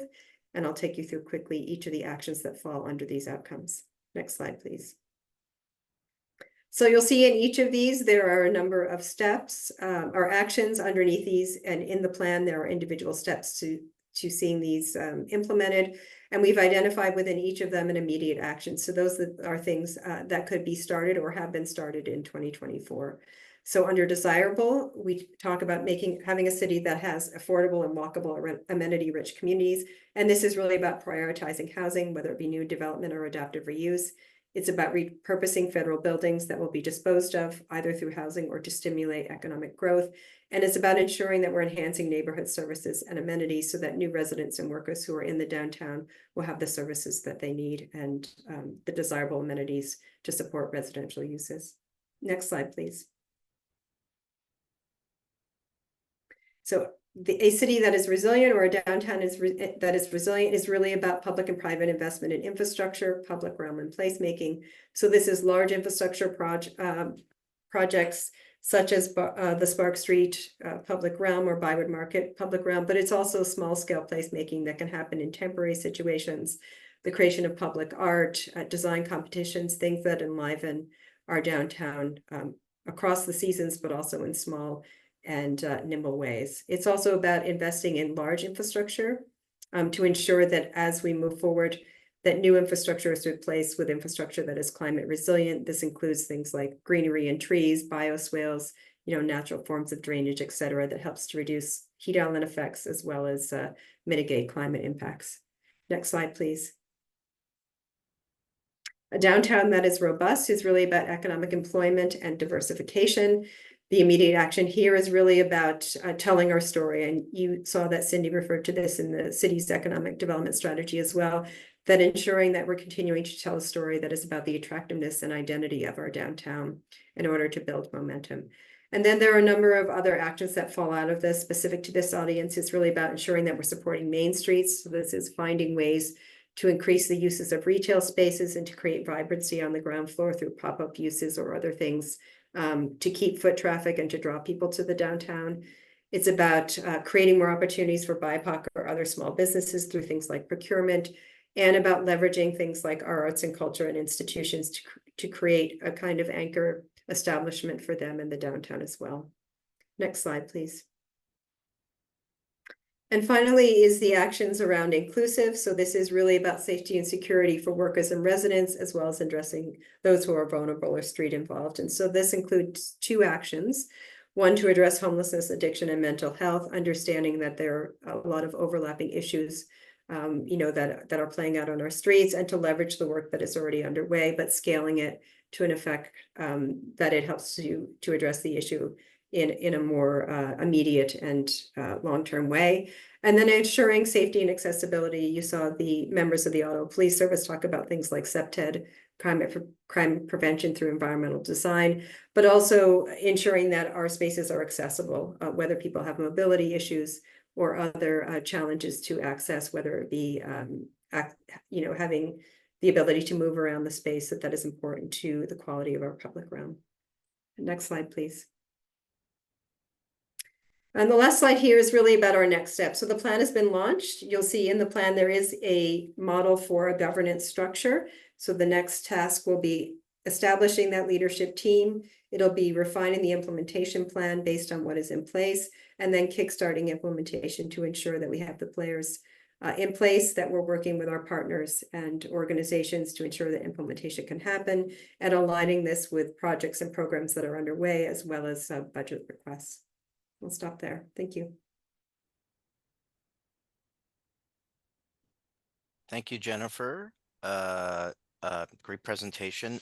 Just a couple of questions. So if I could go back to Cindy and Amanda, there was a question on 70 Clarence, and in terms of timeline for that, just wondering if you can provide any insight on that.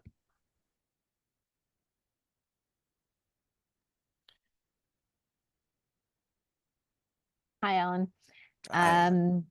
Sure. So I think I had indicated that there's a number of adjacent projects. So when you think of York Street Plaza, when you think of replacement of parking and the creation of the destination building, we're looking at how those components can be packaged. And that's a part of the business case research that our team's doing this year. What that redevelopment scenario looks like would be subject to a report, discussion, and approval by council, and we look to have that in front of them early next year. So in terms of construction timelines, it's definitely not imminent. And then, of course, we would take the 200th anniversary celebrations into account when we make decisions about shovel in the ground and that sort of thing. Thank you. And then one question for, oh, sorry, here, I'll just go. This is Germaine right on point. So what, Deke just had a question there for you, Amanda. And if I see, sorry. It says, are you looking at looking a new city garage in the market or perhaps on the outskirts? Spaces is definitely limited, and I think it's too soon to say specifically. We're very interested in subterranean parking replacement. So what's possible in terms of constructability, and again, that's a part of the business case research that we're doing at present. And then the second question, and this is more for you, Suling and Jennifer. The question relates to what is the cost of the overall implementation plan? You had mentioned, before in the press release, there's 500 million, but that's not fully advanced. Like and you also said what is needed to do it and what's existing. So there's a question just around in terms of finances to bring this together. Jen, do you want to start? Yeah, I can start. So the 500 million is the money we think that would be required to implement the plan in full.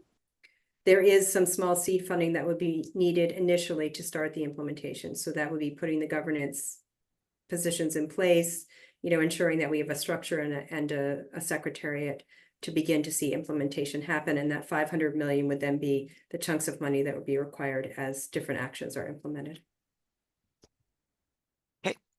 Well, great. Thank you very much. Please feel free to continue doing the questions. Je veux souligner aussi que des personnes, tu peux demander des questions dans la langue de ton choix et on va essayer notre mieux de vous répondre dans la langue de ton choix. Mais après cette réunion, on va avoir toutes les présentations disponibles bilingues dans les 2 langues officielles et on va le distribuer après ça. All right. So do not worry. With that said, I will turn it over to Zach to start with his presentation just on the BMDA. And I want to thank all of our presenters from the previous session as OPS. So go ahead, Zach. And then after that, Andrew, I believe you have sharing privileges. So then you can share up your presentation right after Zach's finished. All right, go ahead. All right, thanks, Alan. I believe I have 2.5 minutes, which was set out on the agenda. We'll do my best here. Folks, I've met many of the individuals on this call. whether it be through the Lower Town Community Association, which I presented at last month, as well as just through various other interactions through city departments. What I've done today is, instead of sort of going through slide by slide, I've highlighted some key resources for folks that we sort of see the most in terms of requests and information. I'll also highlight that the ByWard Market District Authority's annual general meeting is coming up on June 26th. That's when we present our previous year to our members, which are council, who sets the mandate for the BMDA. And I believe I saw a note there from Deek, who's the chair of our Business Advisory Committee. There'll also be a business summit meeting coming up at the beginning of July. I believe they're firming up that date around the 4th. So there'll be an opportunity again to engage with the BMDA at those two opportunities. And really what I want to do is highlight and sort of follow up with Amanda and Cindy, who commented their work from the City of Ottawa with economic development. We're really here and exist as the service body to try and execute on that higher delivery standard for the district. So you heard that mentioned, and what does that mean? Well, that means the city will continue to provide the services that they are doing within the district, and then it is up to the district authority to enhance and add on to those. So for 2023, this year, 2024 rather, forgive me, we're focusing on a few elements, from beautification, enhancing some of the planters around. Uzziah, I saw your comment there, and it's something we'll go out and take a look at. Our initial focus was in the spring and supporting the Tulip Festival, and we'll be going out with our beautification efforts from there. And we are working with our partner La Fleur de la Capitale on a number of those projects.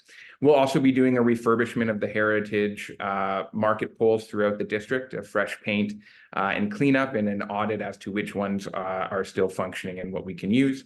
And as well, what we've heard from many residents is the street trees and wells, and that work will begin, I believe, starting next week.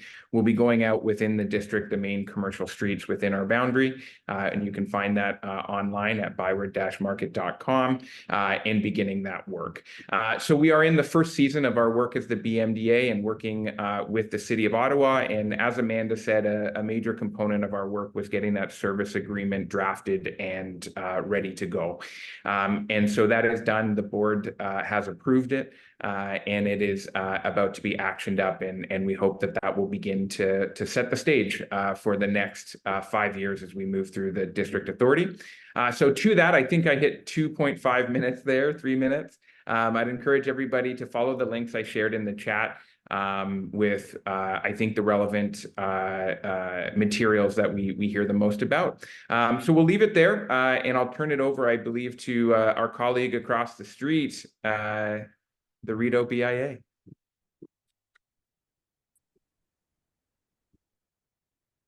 Hi, everybody.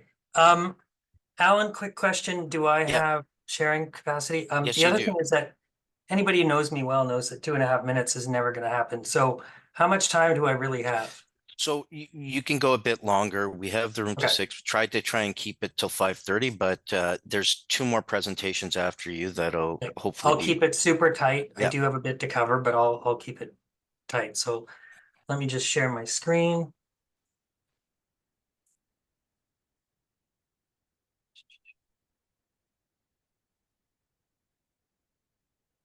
Can you see that? Yep. All good. Okay, perfect. All right. So yeah, so I'm just going to walk through basically some of the work that we're actually doing right now. I don't need to really get in.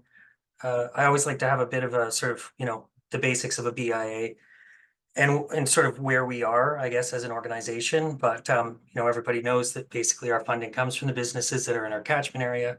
One of the things that makes our area like a BIA unique is essentially that, the resources that we have are directed by the businesses themselves in terms of electing their board of directors, and they have oversight in terms of where to allocate those resources.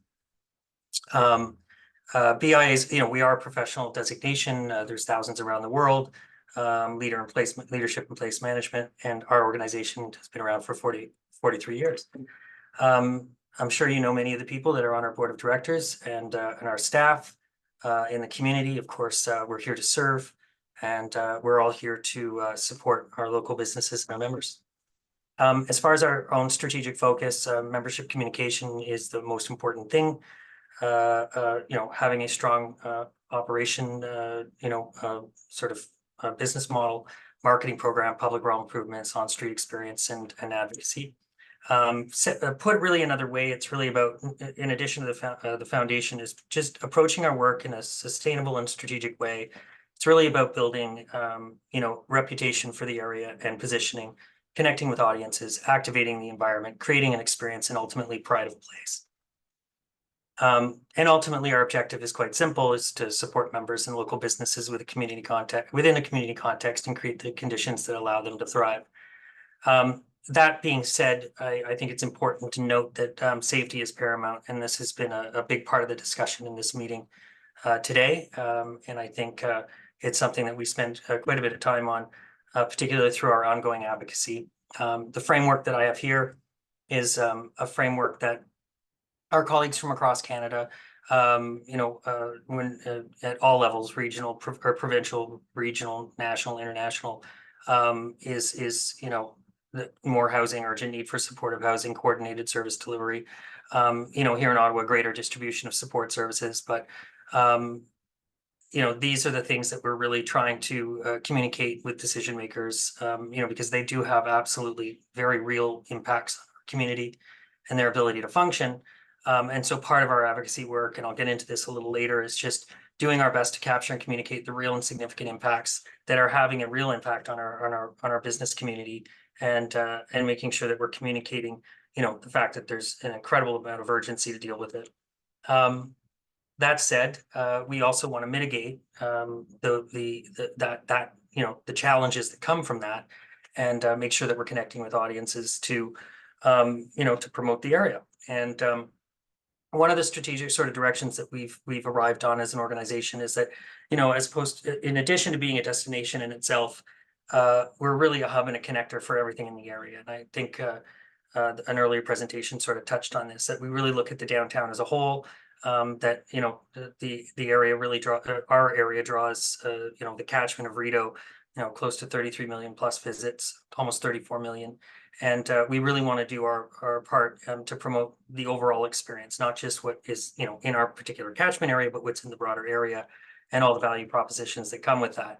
Our historic connections, green space in neighborhoods, center for, shopping, dining, arts, walking, cycling, proximities, to so many other attractions, the tourism piece, all the excitement of the downtown core.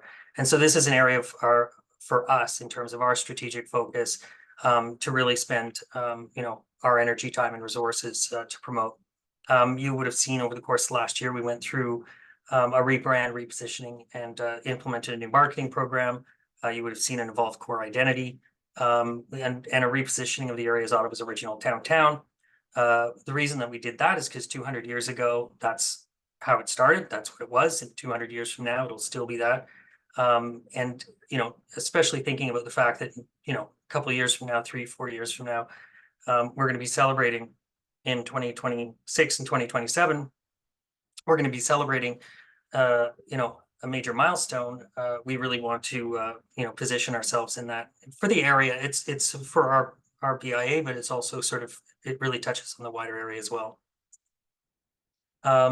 We have, we sort of identified sort of key objectives, and through our research, identified target audiences that we wanted to focus on, and other important goals, particularly, Rideau is a hub and connector, but also through our marketing, we really wanted to focus on curating experiences to connect people with everything that is in this area, and to compel them to, spend more time, stay longer, and spend more and experience the area. So a lot of our work has been really focused on being consumer facing and really defining a sense of place in the area. If you go to downtownrideau.com, you'll see a lot of the work that we've been doing in terms of curating content, and it's really been focused on supporting our local businesses and all the experiences, shopping, dining, culture, hospitality, and and telling our story and really showcasing the area as a destination. You'll see that we've been focused on ramping up our social media, again, promoting everything that's in the area. And last year we built out 2 awareness campaigns. One was in the summer and one was during the holiday season. And we had, it surpassed all benchmarks, so it was quite successful. And we're going to be doubling down on that this year as well. So you'll see that coming. And I didn't play video for time, but basically it's going to be showcasing different sectors and curating those experiences to sort of, encourage people to come down and, experience all things that are Rideau in the surrounding area. As far as research, we've done, and this is available to all members and people in the community if you're interested, but we do measure foot count on a monthly basis. Last year, you could see Rideau 33,778,000 visits per year. ByWard market 18 million. We obviously track it for previous years to measure, change. We're not where we were in 2019, obviously, but over year, things are getting better, and obviously we know a lot of the reasons for that challenges. We have resident analysis that we just did this year to better understand our primary trade areas. Our immediate area, but also center town, and then nearby neighborhoods as well. We've done a complete visitor analysis with Environics. Again, this is a lot of detailed research, totally available to everybody to understand that side of things. And we've done focus groups to understand very specific issues as well, but I won't get into that right now. You would have known we've done some local pulse surveys. One was this. We did this last year. This year was sort of a repeat. One was focused on community well-being and social issues. One was focused on economic well-being and social, to understand sort of the climate confidence in terms of sales and profitability. We had a very robust response rate. 66% of brick and mortar businesses participated in one, 43% in the other. I do want to point out that the Living Capital, the work with Ottawa Port of Trade and the City of Ottawa, very impressive. I encourage everybody to read it. But one of the things right out the gate is, Ottawa is not viable without a culturally dynamic, safe, and economically vibrant downtown, where so many of our assets are located, and we agree with that wholeheartedly. And we're pleased to see that one of the 5 immediate actions is to focus on a results-oriented program to address homelessness and mental health and addictions. And so that can't come too soon. The urgency cannot be overstated, obviously, because we see from a business perspective the impacts of the street issues, 91%, finding drug paraphernalia, for example, 81.5%, form of property damage and vandalism, the costs that are incurred as a result of that, hearing from staff of concerns of safety and commenting on the cleanliness of the area, and as well from the patron perspective, the concerns to safety and cleanliness as well. And then of course we track lease renewal commitments, and also when leases are going to be coming up. So these are all things that we sort of pay attention to, and of course we communicate the feedback that we've got from our members on an ongoing basis with our partners and decision makers as well. We are asking for testimonials from our businesses. Feedback at downtownrideau.com. Any feedback that we get from our members really adds, helps us communicate the impacts in real time. So I would encourage everyone out there to do that. As far as programming, really quickly, we have upcoming events coming up in Ogilvy Square. We've got a number of events planned for the summer. We did the same thing last year, and it was quite successful. And also we're promoting, obviously, Ogilvy Square as a rental venue that at really little to no cost, actually, but it's a very simple process to encourage more activity and animation in the area. We have a few murals popping up. One is on the side of at the corner of William and Rideau. Essentially, we've got Julia Praja coming in and doing filling in the sort of the bricked in window spaces with stained glass inspired paintings that reflect some of the elements in the area. And then we have one at 610 Rideau Street, and we're working with with Stephanie Babich and in partnership with the Sandy Hill community as well. And then lastly, I'll just put a plug in for food scene. This is, we really want to focus on the restaurant scene and the eateries in the area over the course of next year. It's a simple process to participate. There's a registration online. If you send an email to foodscene@downtownrideau.com to let us know you want to participate, and then you can fill out, provide us with content that we can use in social media to promote you on our social channels, but also online. And you can submit a recipe, and at the end of the year, we're going to be pulling together a cookbook to promote recipes in the area and to promote our restaurant scene. So that's it. We are at your service. Thank you very much. Perfect. Thanks, Andrew. There were a couple of questions there, but I think you're not the sole answer for them. So in terms of the questions about accessibility as we relate to more pedestrianization, Sandra, I'll get specific answers for you from that, but that was that specific question with related to the LRT. With that said I'm going to turn it over now to our public works staff to talk about cleanup and garbage in the area. And while I do that, I am just going to bring up their presentation. So give me 1 second here. And I'd like to, Alan, I'd like to introduce Bryden or Quentin or whoever is going first. So I can take it on from here. Thanks, Alan. Good evening, everyone. My name is Bryden Dennis. I'm the area manager for special operations at the City of Ottawa with our Road Services Department. So once we get the slides up here, we'll go through. But I think one key message I want to reiterate is, excuse me, is just how important we understand and view the ByWard Market area as well as downtown Rideau BIA. It is a core part of our business for our maintenance. And what that means is we devote a lot of resources to this area. So I know I have a short amount of time here, but I'll just quickly go through some stuff. Our teams are responsible for roadway sweeping, sidewalk sweeping, pressure washing, debris and litter cleanup. We deal with any needles, drug paraphernalia. So really garbage pickup along the side of the road and just really everything that you can think of. Our teams are specialized in responding to any biohazard responses. So if there is any blood or vomit or feces, we will take care of those cleanups. So really, it's just want to reiterate that it is a very core part of our business. These operations take place day and night, all week long, every day of the year, winter and summer. So we are there.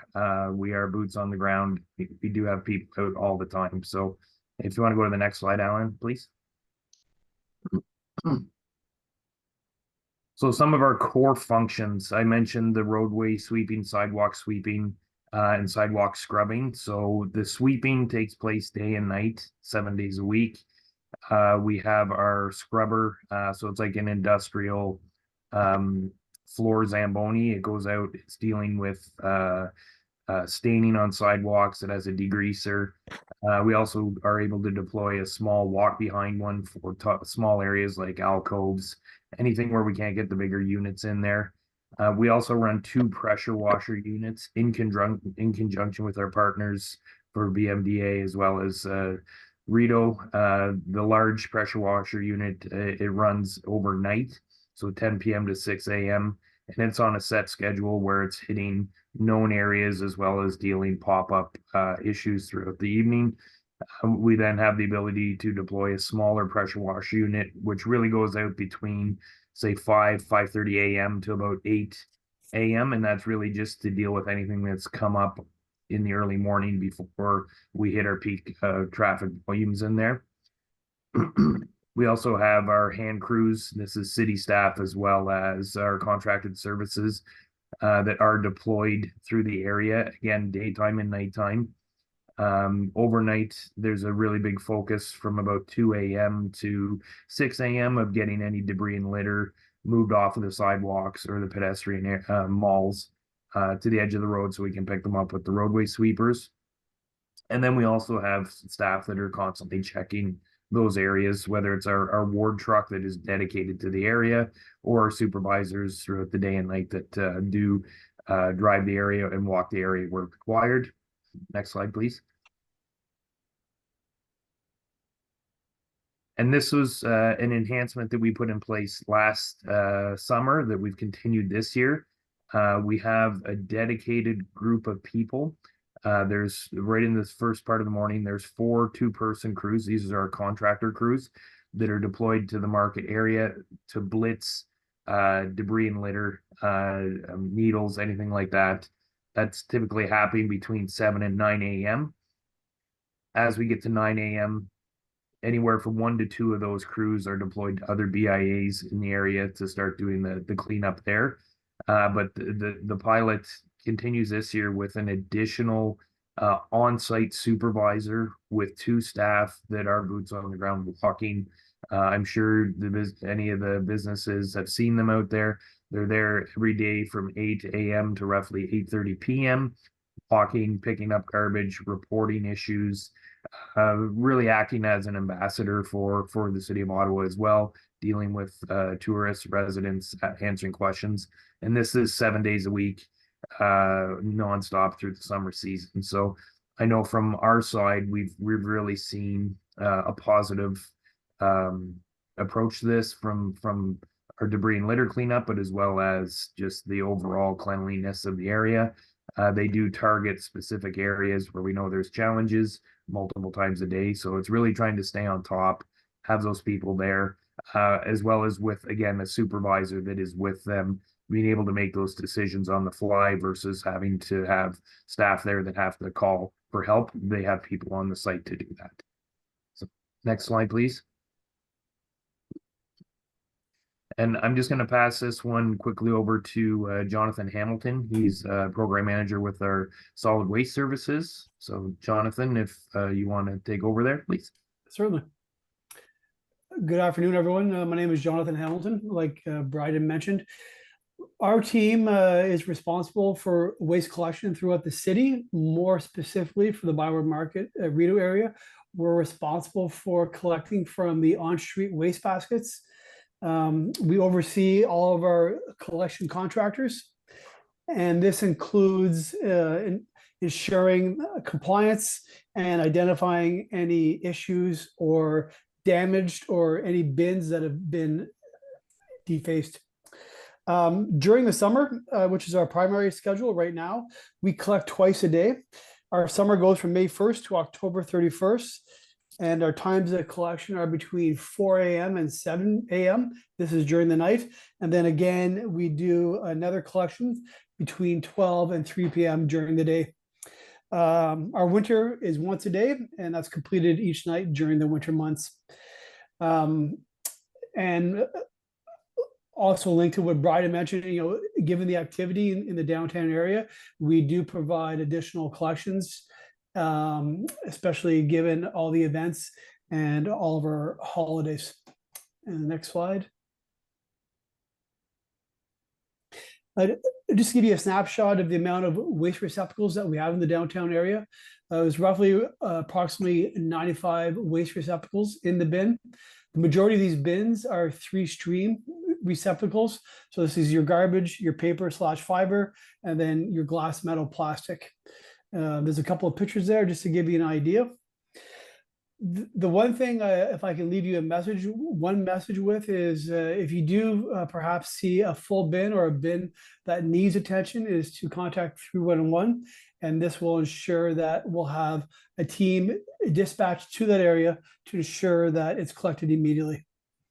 And if you have an opportunity to educate any of your members or tenants regarding garbage,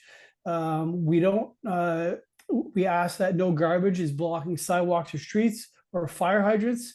And again, we ask that no commercial garbage is placed beside our on-street bins. And this ensures that all safety and matters will be good for all. And next slide, I believe that is it. And the last slide, more importantly, we're always, like Bryden said, our goal is to keep the downtown area clean, safe for all. And if there's any items that you would like addressed once again, contact Service Ottawa or 311. And thank you very much. So thank you both. Thank you, Jonathan and Bryden. There are some questions here, but let me just get to them right here. So the first thing, because she's been quite patient, and I thought it would be better. She answered she asked her question in previous, but I think Bryden, it might be more directed to you. And it's just generally maybe, so this is Inez's sort of observation when she's looking at the pedestrian streets and when there is revitalization work done. And she was just, I think the question more is like, what is the process in terms of ensuring that the proper actions are done first? So if you look in the chat, it's the question at 4:51 p.m. That would be the first one to answer. And then the questions below start with Deke. Do we call you directly, Inez, et cetera? If you can answer those, that'd be great. So thank you. Yeah, thanks, Al. I'm just taking a quick look here. So the one question there about the revitalized streets and the changes after. So whenever a new street is revitalized or rebuilt, everybody has a chance to comment. That includes all the utility companies like Hydro, Ottawa Hydro, Enbridge, Water Services, Rogers, Bell, everybody, to try and eliminate that work from being disturbed after it's been done. Unfortunately, there are times that it happens when there is, say, an emergency repair that has to be made, that has to be completed after that. They do happen, and I see the Ogilvy Square one there. So that was a repair that had to be made. There was no choice in it. I will say to Andrew's team's credit there, it was a very creative solution to that until we can get to the permanent solution. I don't know what the permanent solution is for that at this time. That is definitely in the queue to be done, but unfortunately, sometimes it happens. We try not to, but it does. So hopefully that answers that question.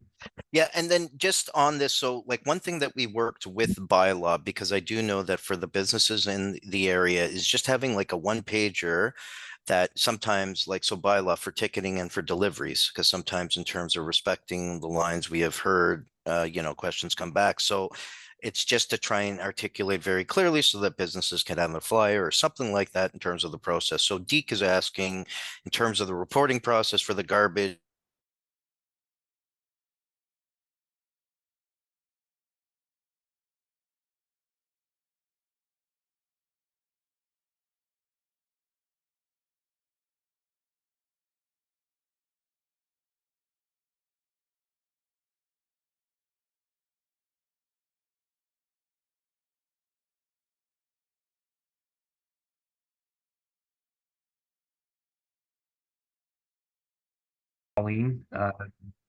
They do have our contact info. So if it is something that I would consider an emergency, that through them we can do something like that. But as far as through our normal operations, it's typically through a 311 response is the best option. Thank you very much, Brendan. I'm just responding just to Deke, and let's collaborate on, or update. Let's collaborate on and update like sort of these notices. They go a long way. They may not always get the answers, but at least if people know beforehand very clearly whether or not they are going to get tickets or whether or not they call for garbage or something like that, that is always very helpful. So yeah, and I will say our goal is to be proactive. Yeah, Deke, like it's really what it is. So if we see an overflowing garbage bin, we're not going to call Jonathan's group to do it. We're going to deal with it on the spot. It doesn't make sense to put a call in to have a garbage truck come and do it. We're just going to deal with it. So that's kind of the approach we're taking proactively. And that kind of leads into your next question, Deke, there. Why are the 3 stream bins always left open? So those 3 stream bins have been a challenge since we installed them. We try and lock them, but we can't keep the locks intact. They're constantly broken open to get at what's inside them, particularly the recycling and cans component. So we are looking at, in the near future, changing out some of those 3 stream bins and those high volume areas to the older style open top ones, but a new model that we used to have to eliminate that open top all the time with the lid up. So these will look a bit more classic design, but also we won't have to worry about you looking at it and going, something's wrong with that bin. So that's our goal with those new style of bins. Awesome. Thank you very much. And thanks for the presentation. And we'll go to the last presentation, last but not least.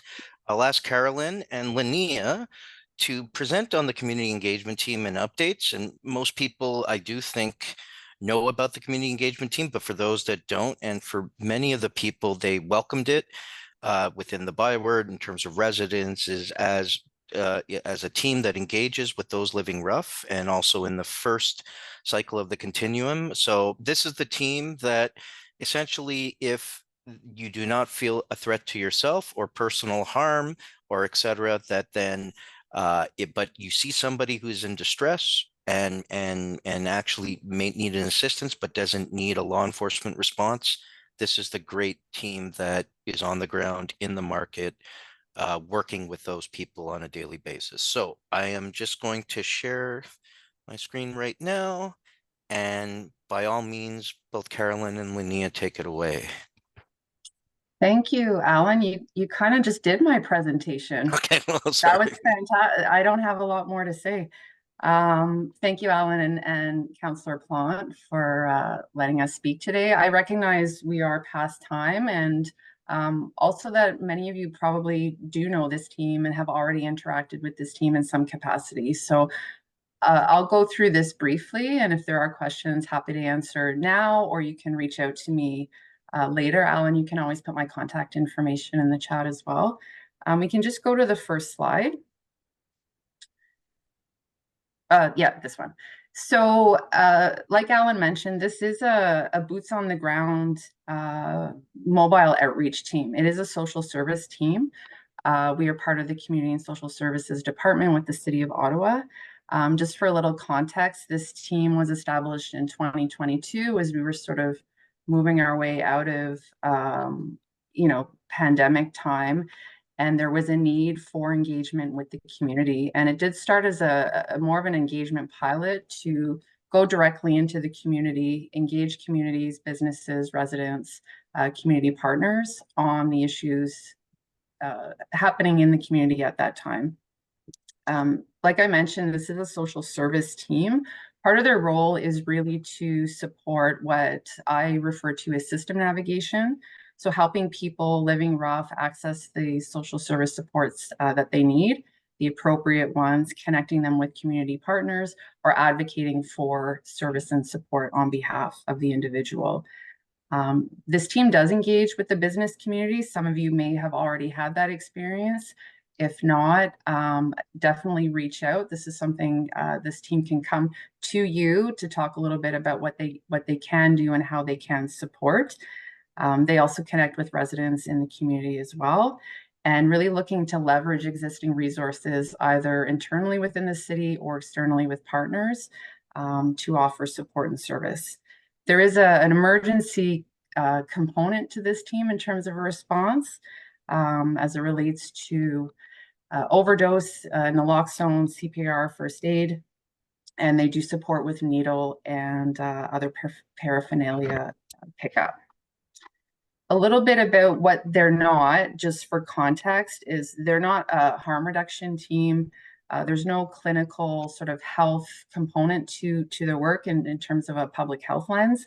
And they're not an enforcement team. So the partnerships this team has formed, and Linnea has been fantastic working in this space, are really important. So with OPS, which was mentioned at the beginning of the presentation, we work very closely with Employment and Social Services, Auto Public Health, the day programs in the community shelters, other social service agencies, and paramedics as well.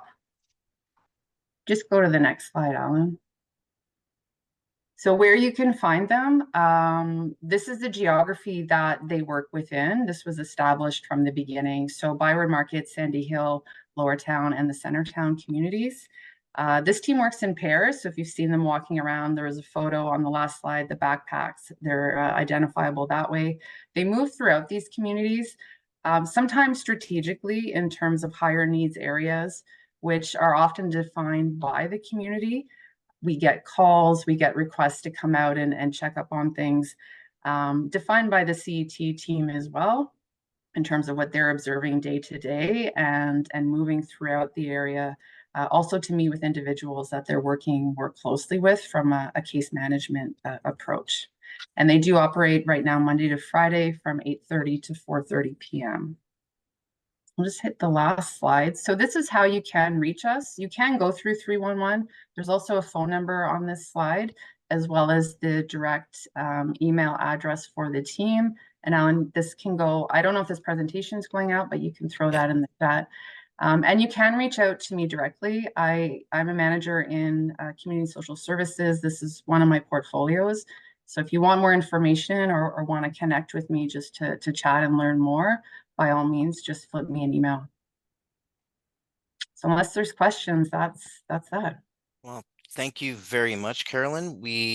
Oh, you just have one question. How many people are on the team? Oh, you didn't miss that. I didn't say that. So there's eight currently working frontline workers as a part of this team, plus one frontline supervisor. So 9 in the community. Lene is the coordinator for this team. So sometimes in the community, sometimes not, supporting me and other work that we're working on. But the answer would be 9. Great. And Lene, I apologize. I said Linnea, but it's equally, but Lene, I apologize because I've seen your name. Obviously, we talked, but I never heard it out. So I do apologize. I do think Carolyn and the councillors pushing for this. We'd like to get you more money to go beyond just the 8:30 to 4:30, because we also see that weekends and all that, there's a significant contribution. I know you're not adequately resourced there yet, but let's hope and see if we can build momentum toward that. So we are at the end. We are 15 to 16 minutes over, but we made an allotment for that. So just in terms of going forward, like I said, all the presentations and this recording will be available. We will put it on the councillor site and we'll send the link around to you to have all of this. I want to thank everyone for being here, but before going, I also want to turn over the last word to Councillor Plante and be able to close us out here. Thank you. Salut tout le monde. For some reason, the computer says Sébastien Lemay. I'm not Sergeant Lemay, I'm Stéphanie, but merci beaucoup à tous les gens qui ont fait des présentations, qui ont posé des questions. We rely on you guys for feedback to tell us where we need to go, what direction we should be going in. And for anybody who's on the call, and if you don't live in Ward 12, still the best ward in the city, but if you don't, I urge you to reach out to your councillors, your members of parliament, your members of provincial parliament. Let them know that the downtown core is worth the investment. It's worth, supporting, and it's worth the advocacy. So please do reach out to other councillors because they are part of the solution as well. So merci beaucoup tout le monde, et je vous souhaite une excellente soirée. And thanks again to Alan for navigating us through this webinar. We will post it once we get it translated on my website. So merci beaucoup. Thank you all. And I hope that was instructive for a lot of people. Obviously, we're not going to answer every question that came up. There are people, but we heard you loud and clear in terms of action is needed. And so I think we set ourselves up to get towards that action, but proof will be in the pudding. So anyway, hopefully we will get there as we can. So thank you and take care. Thank you.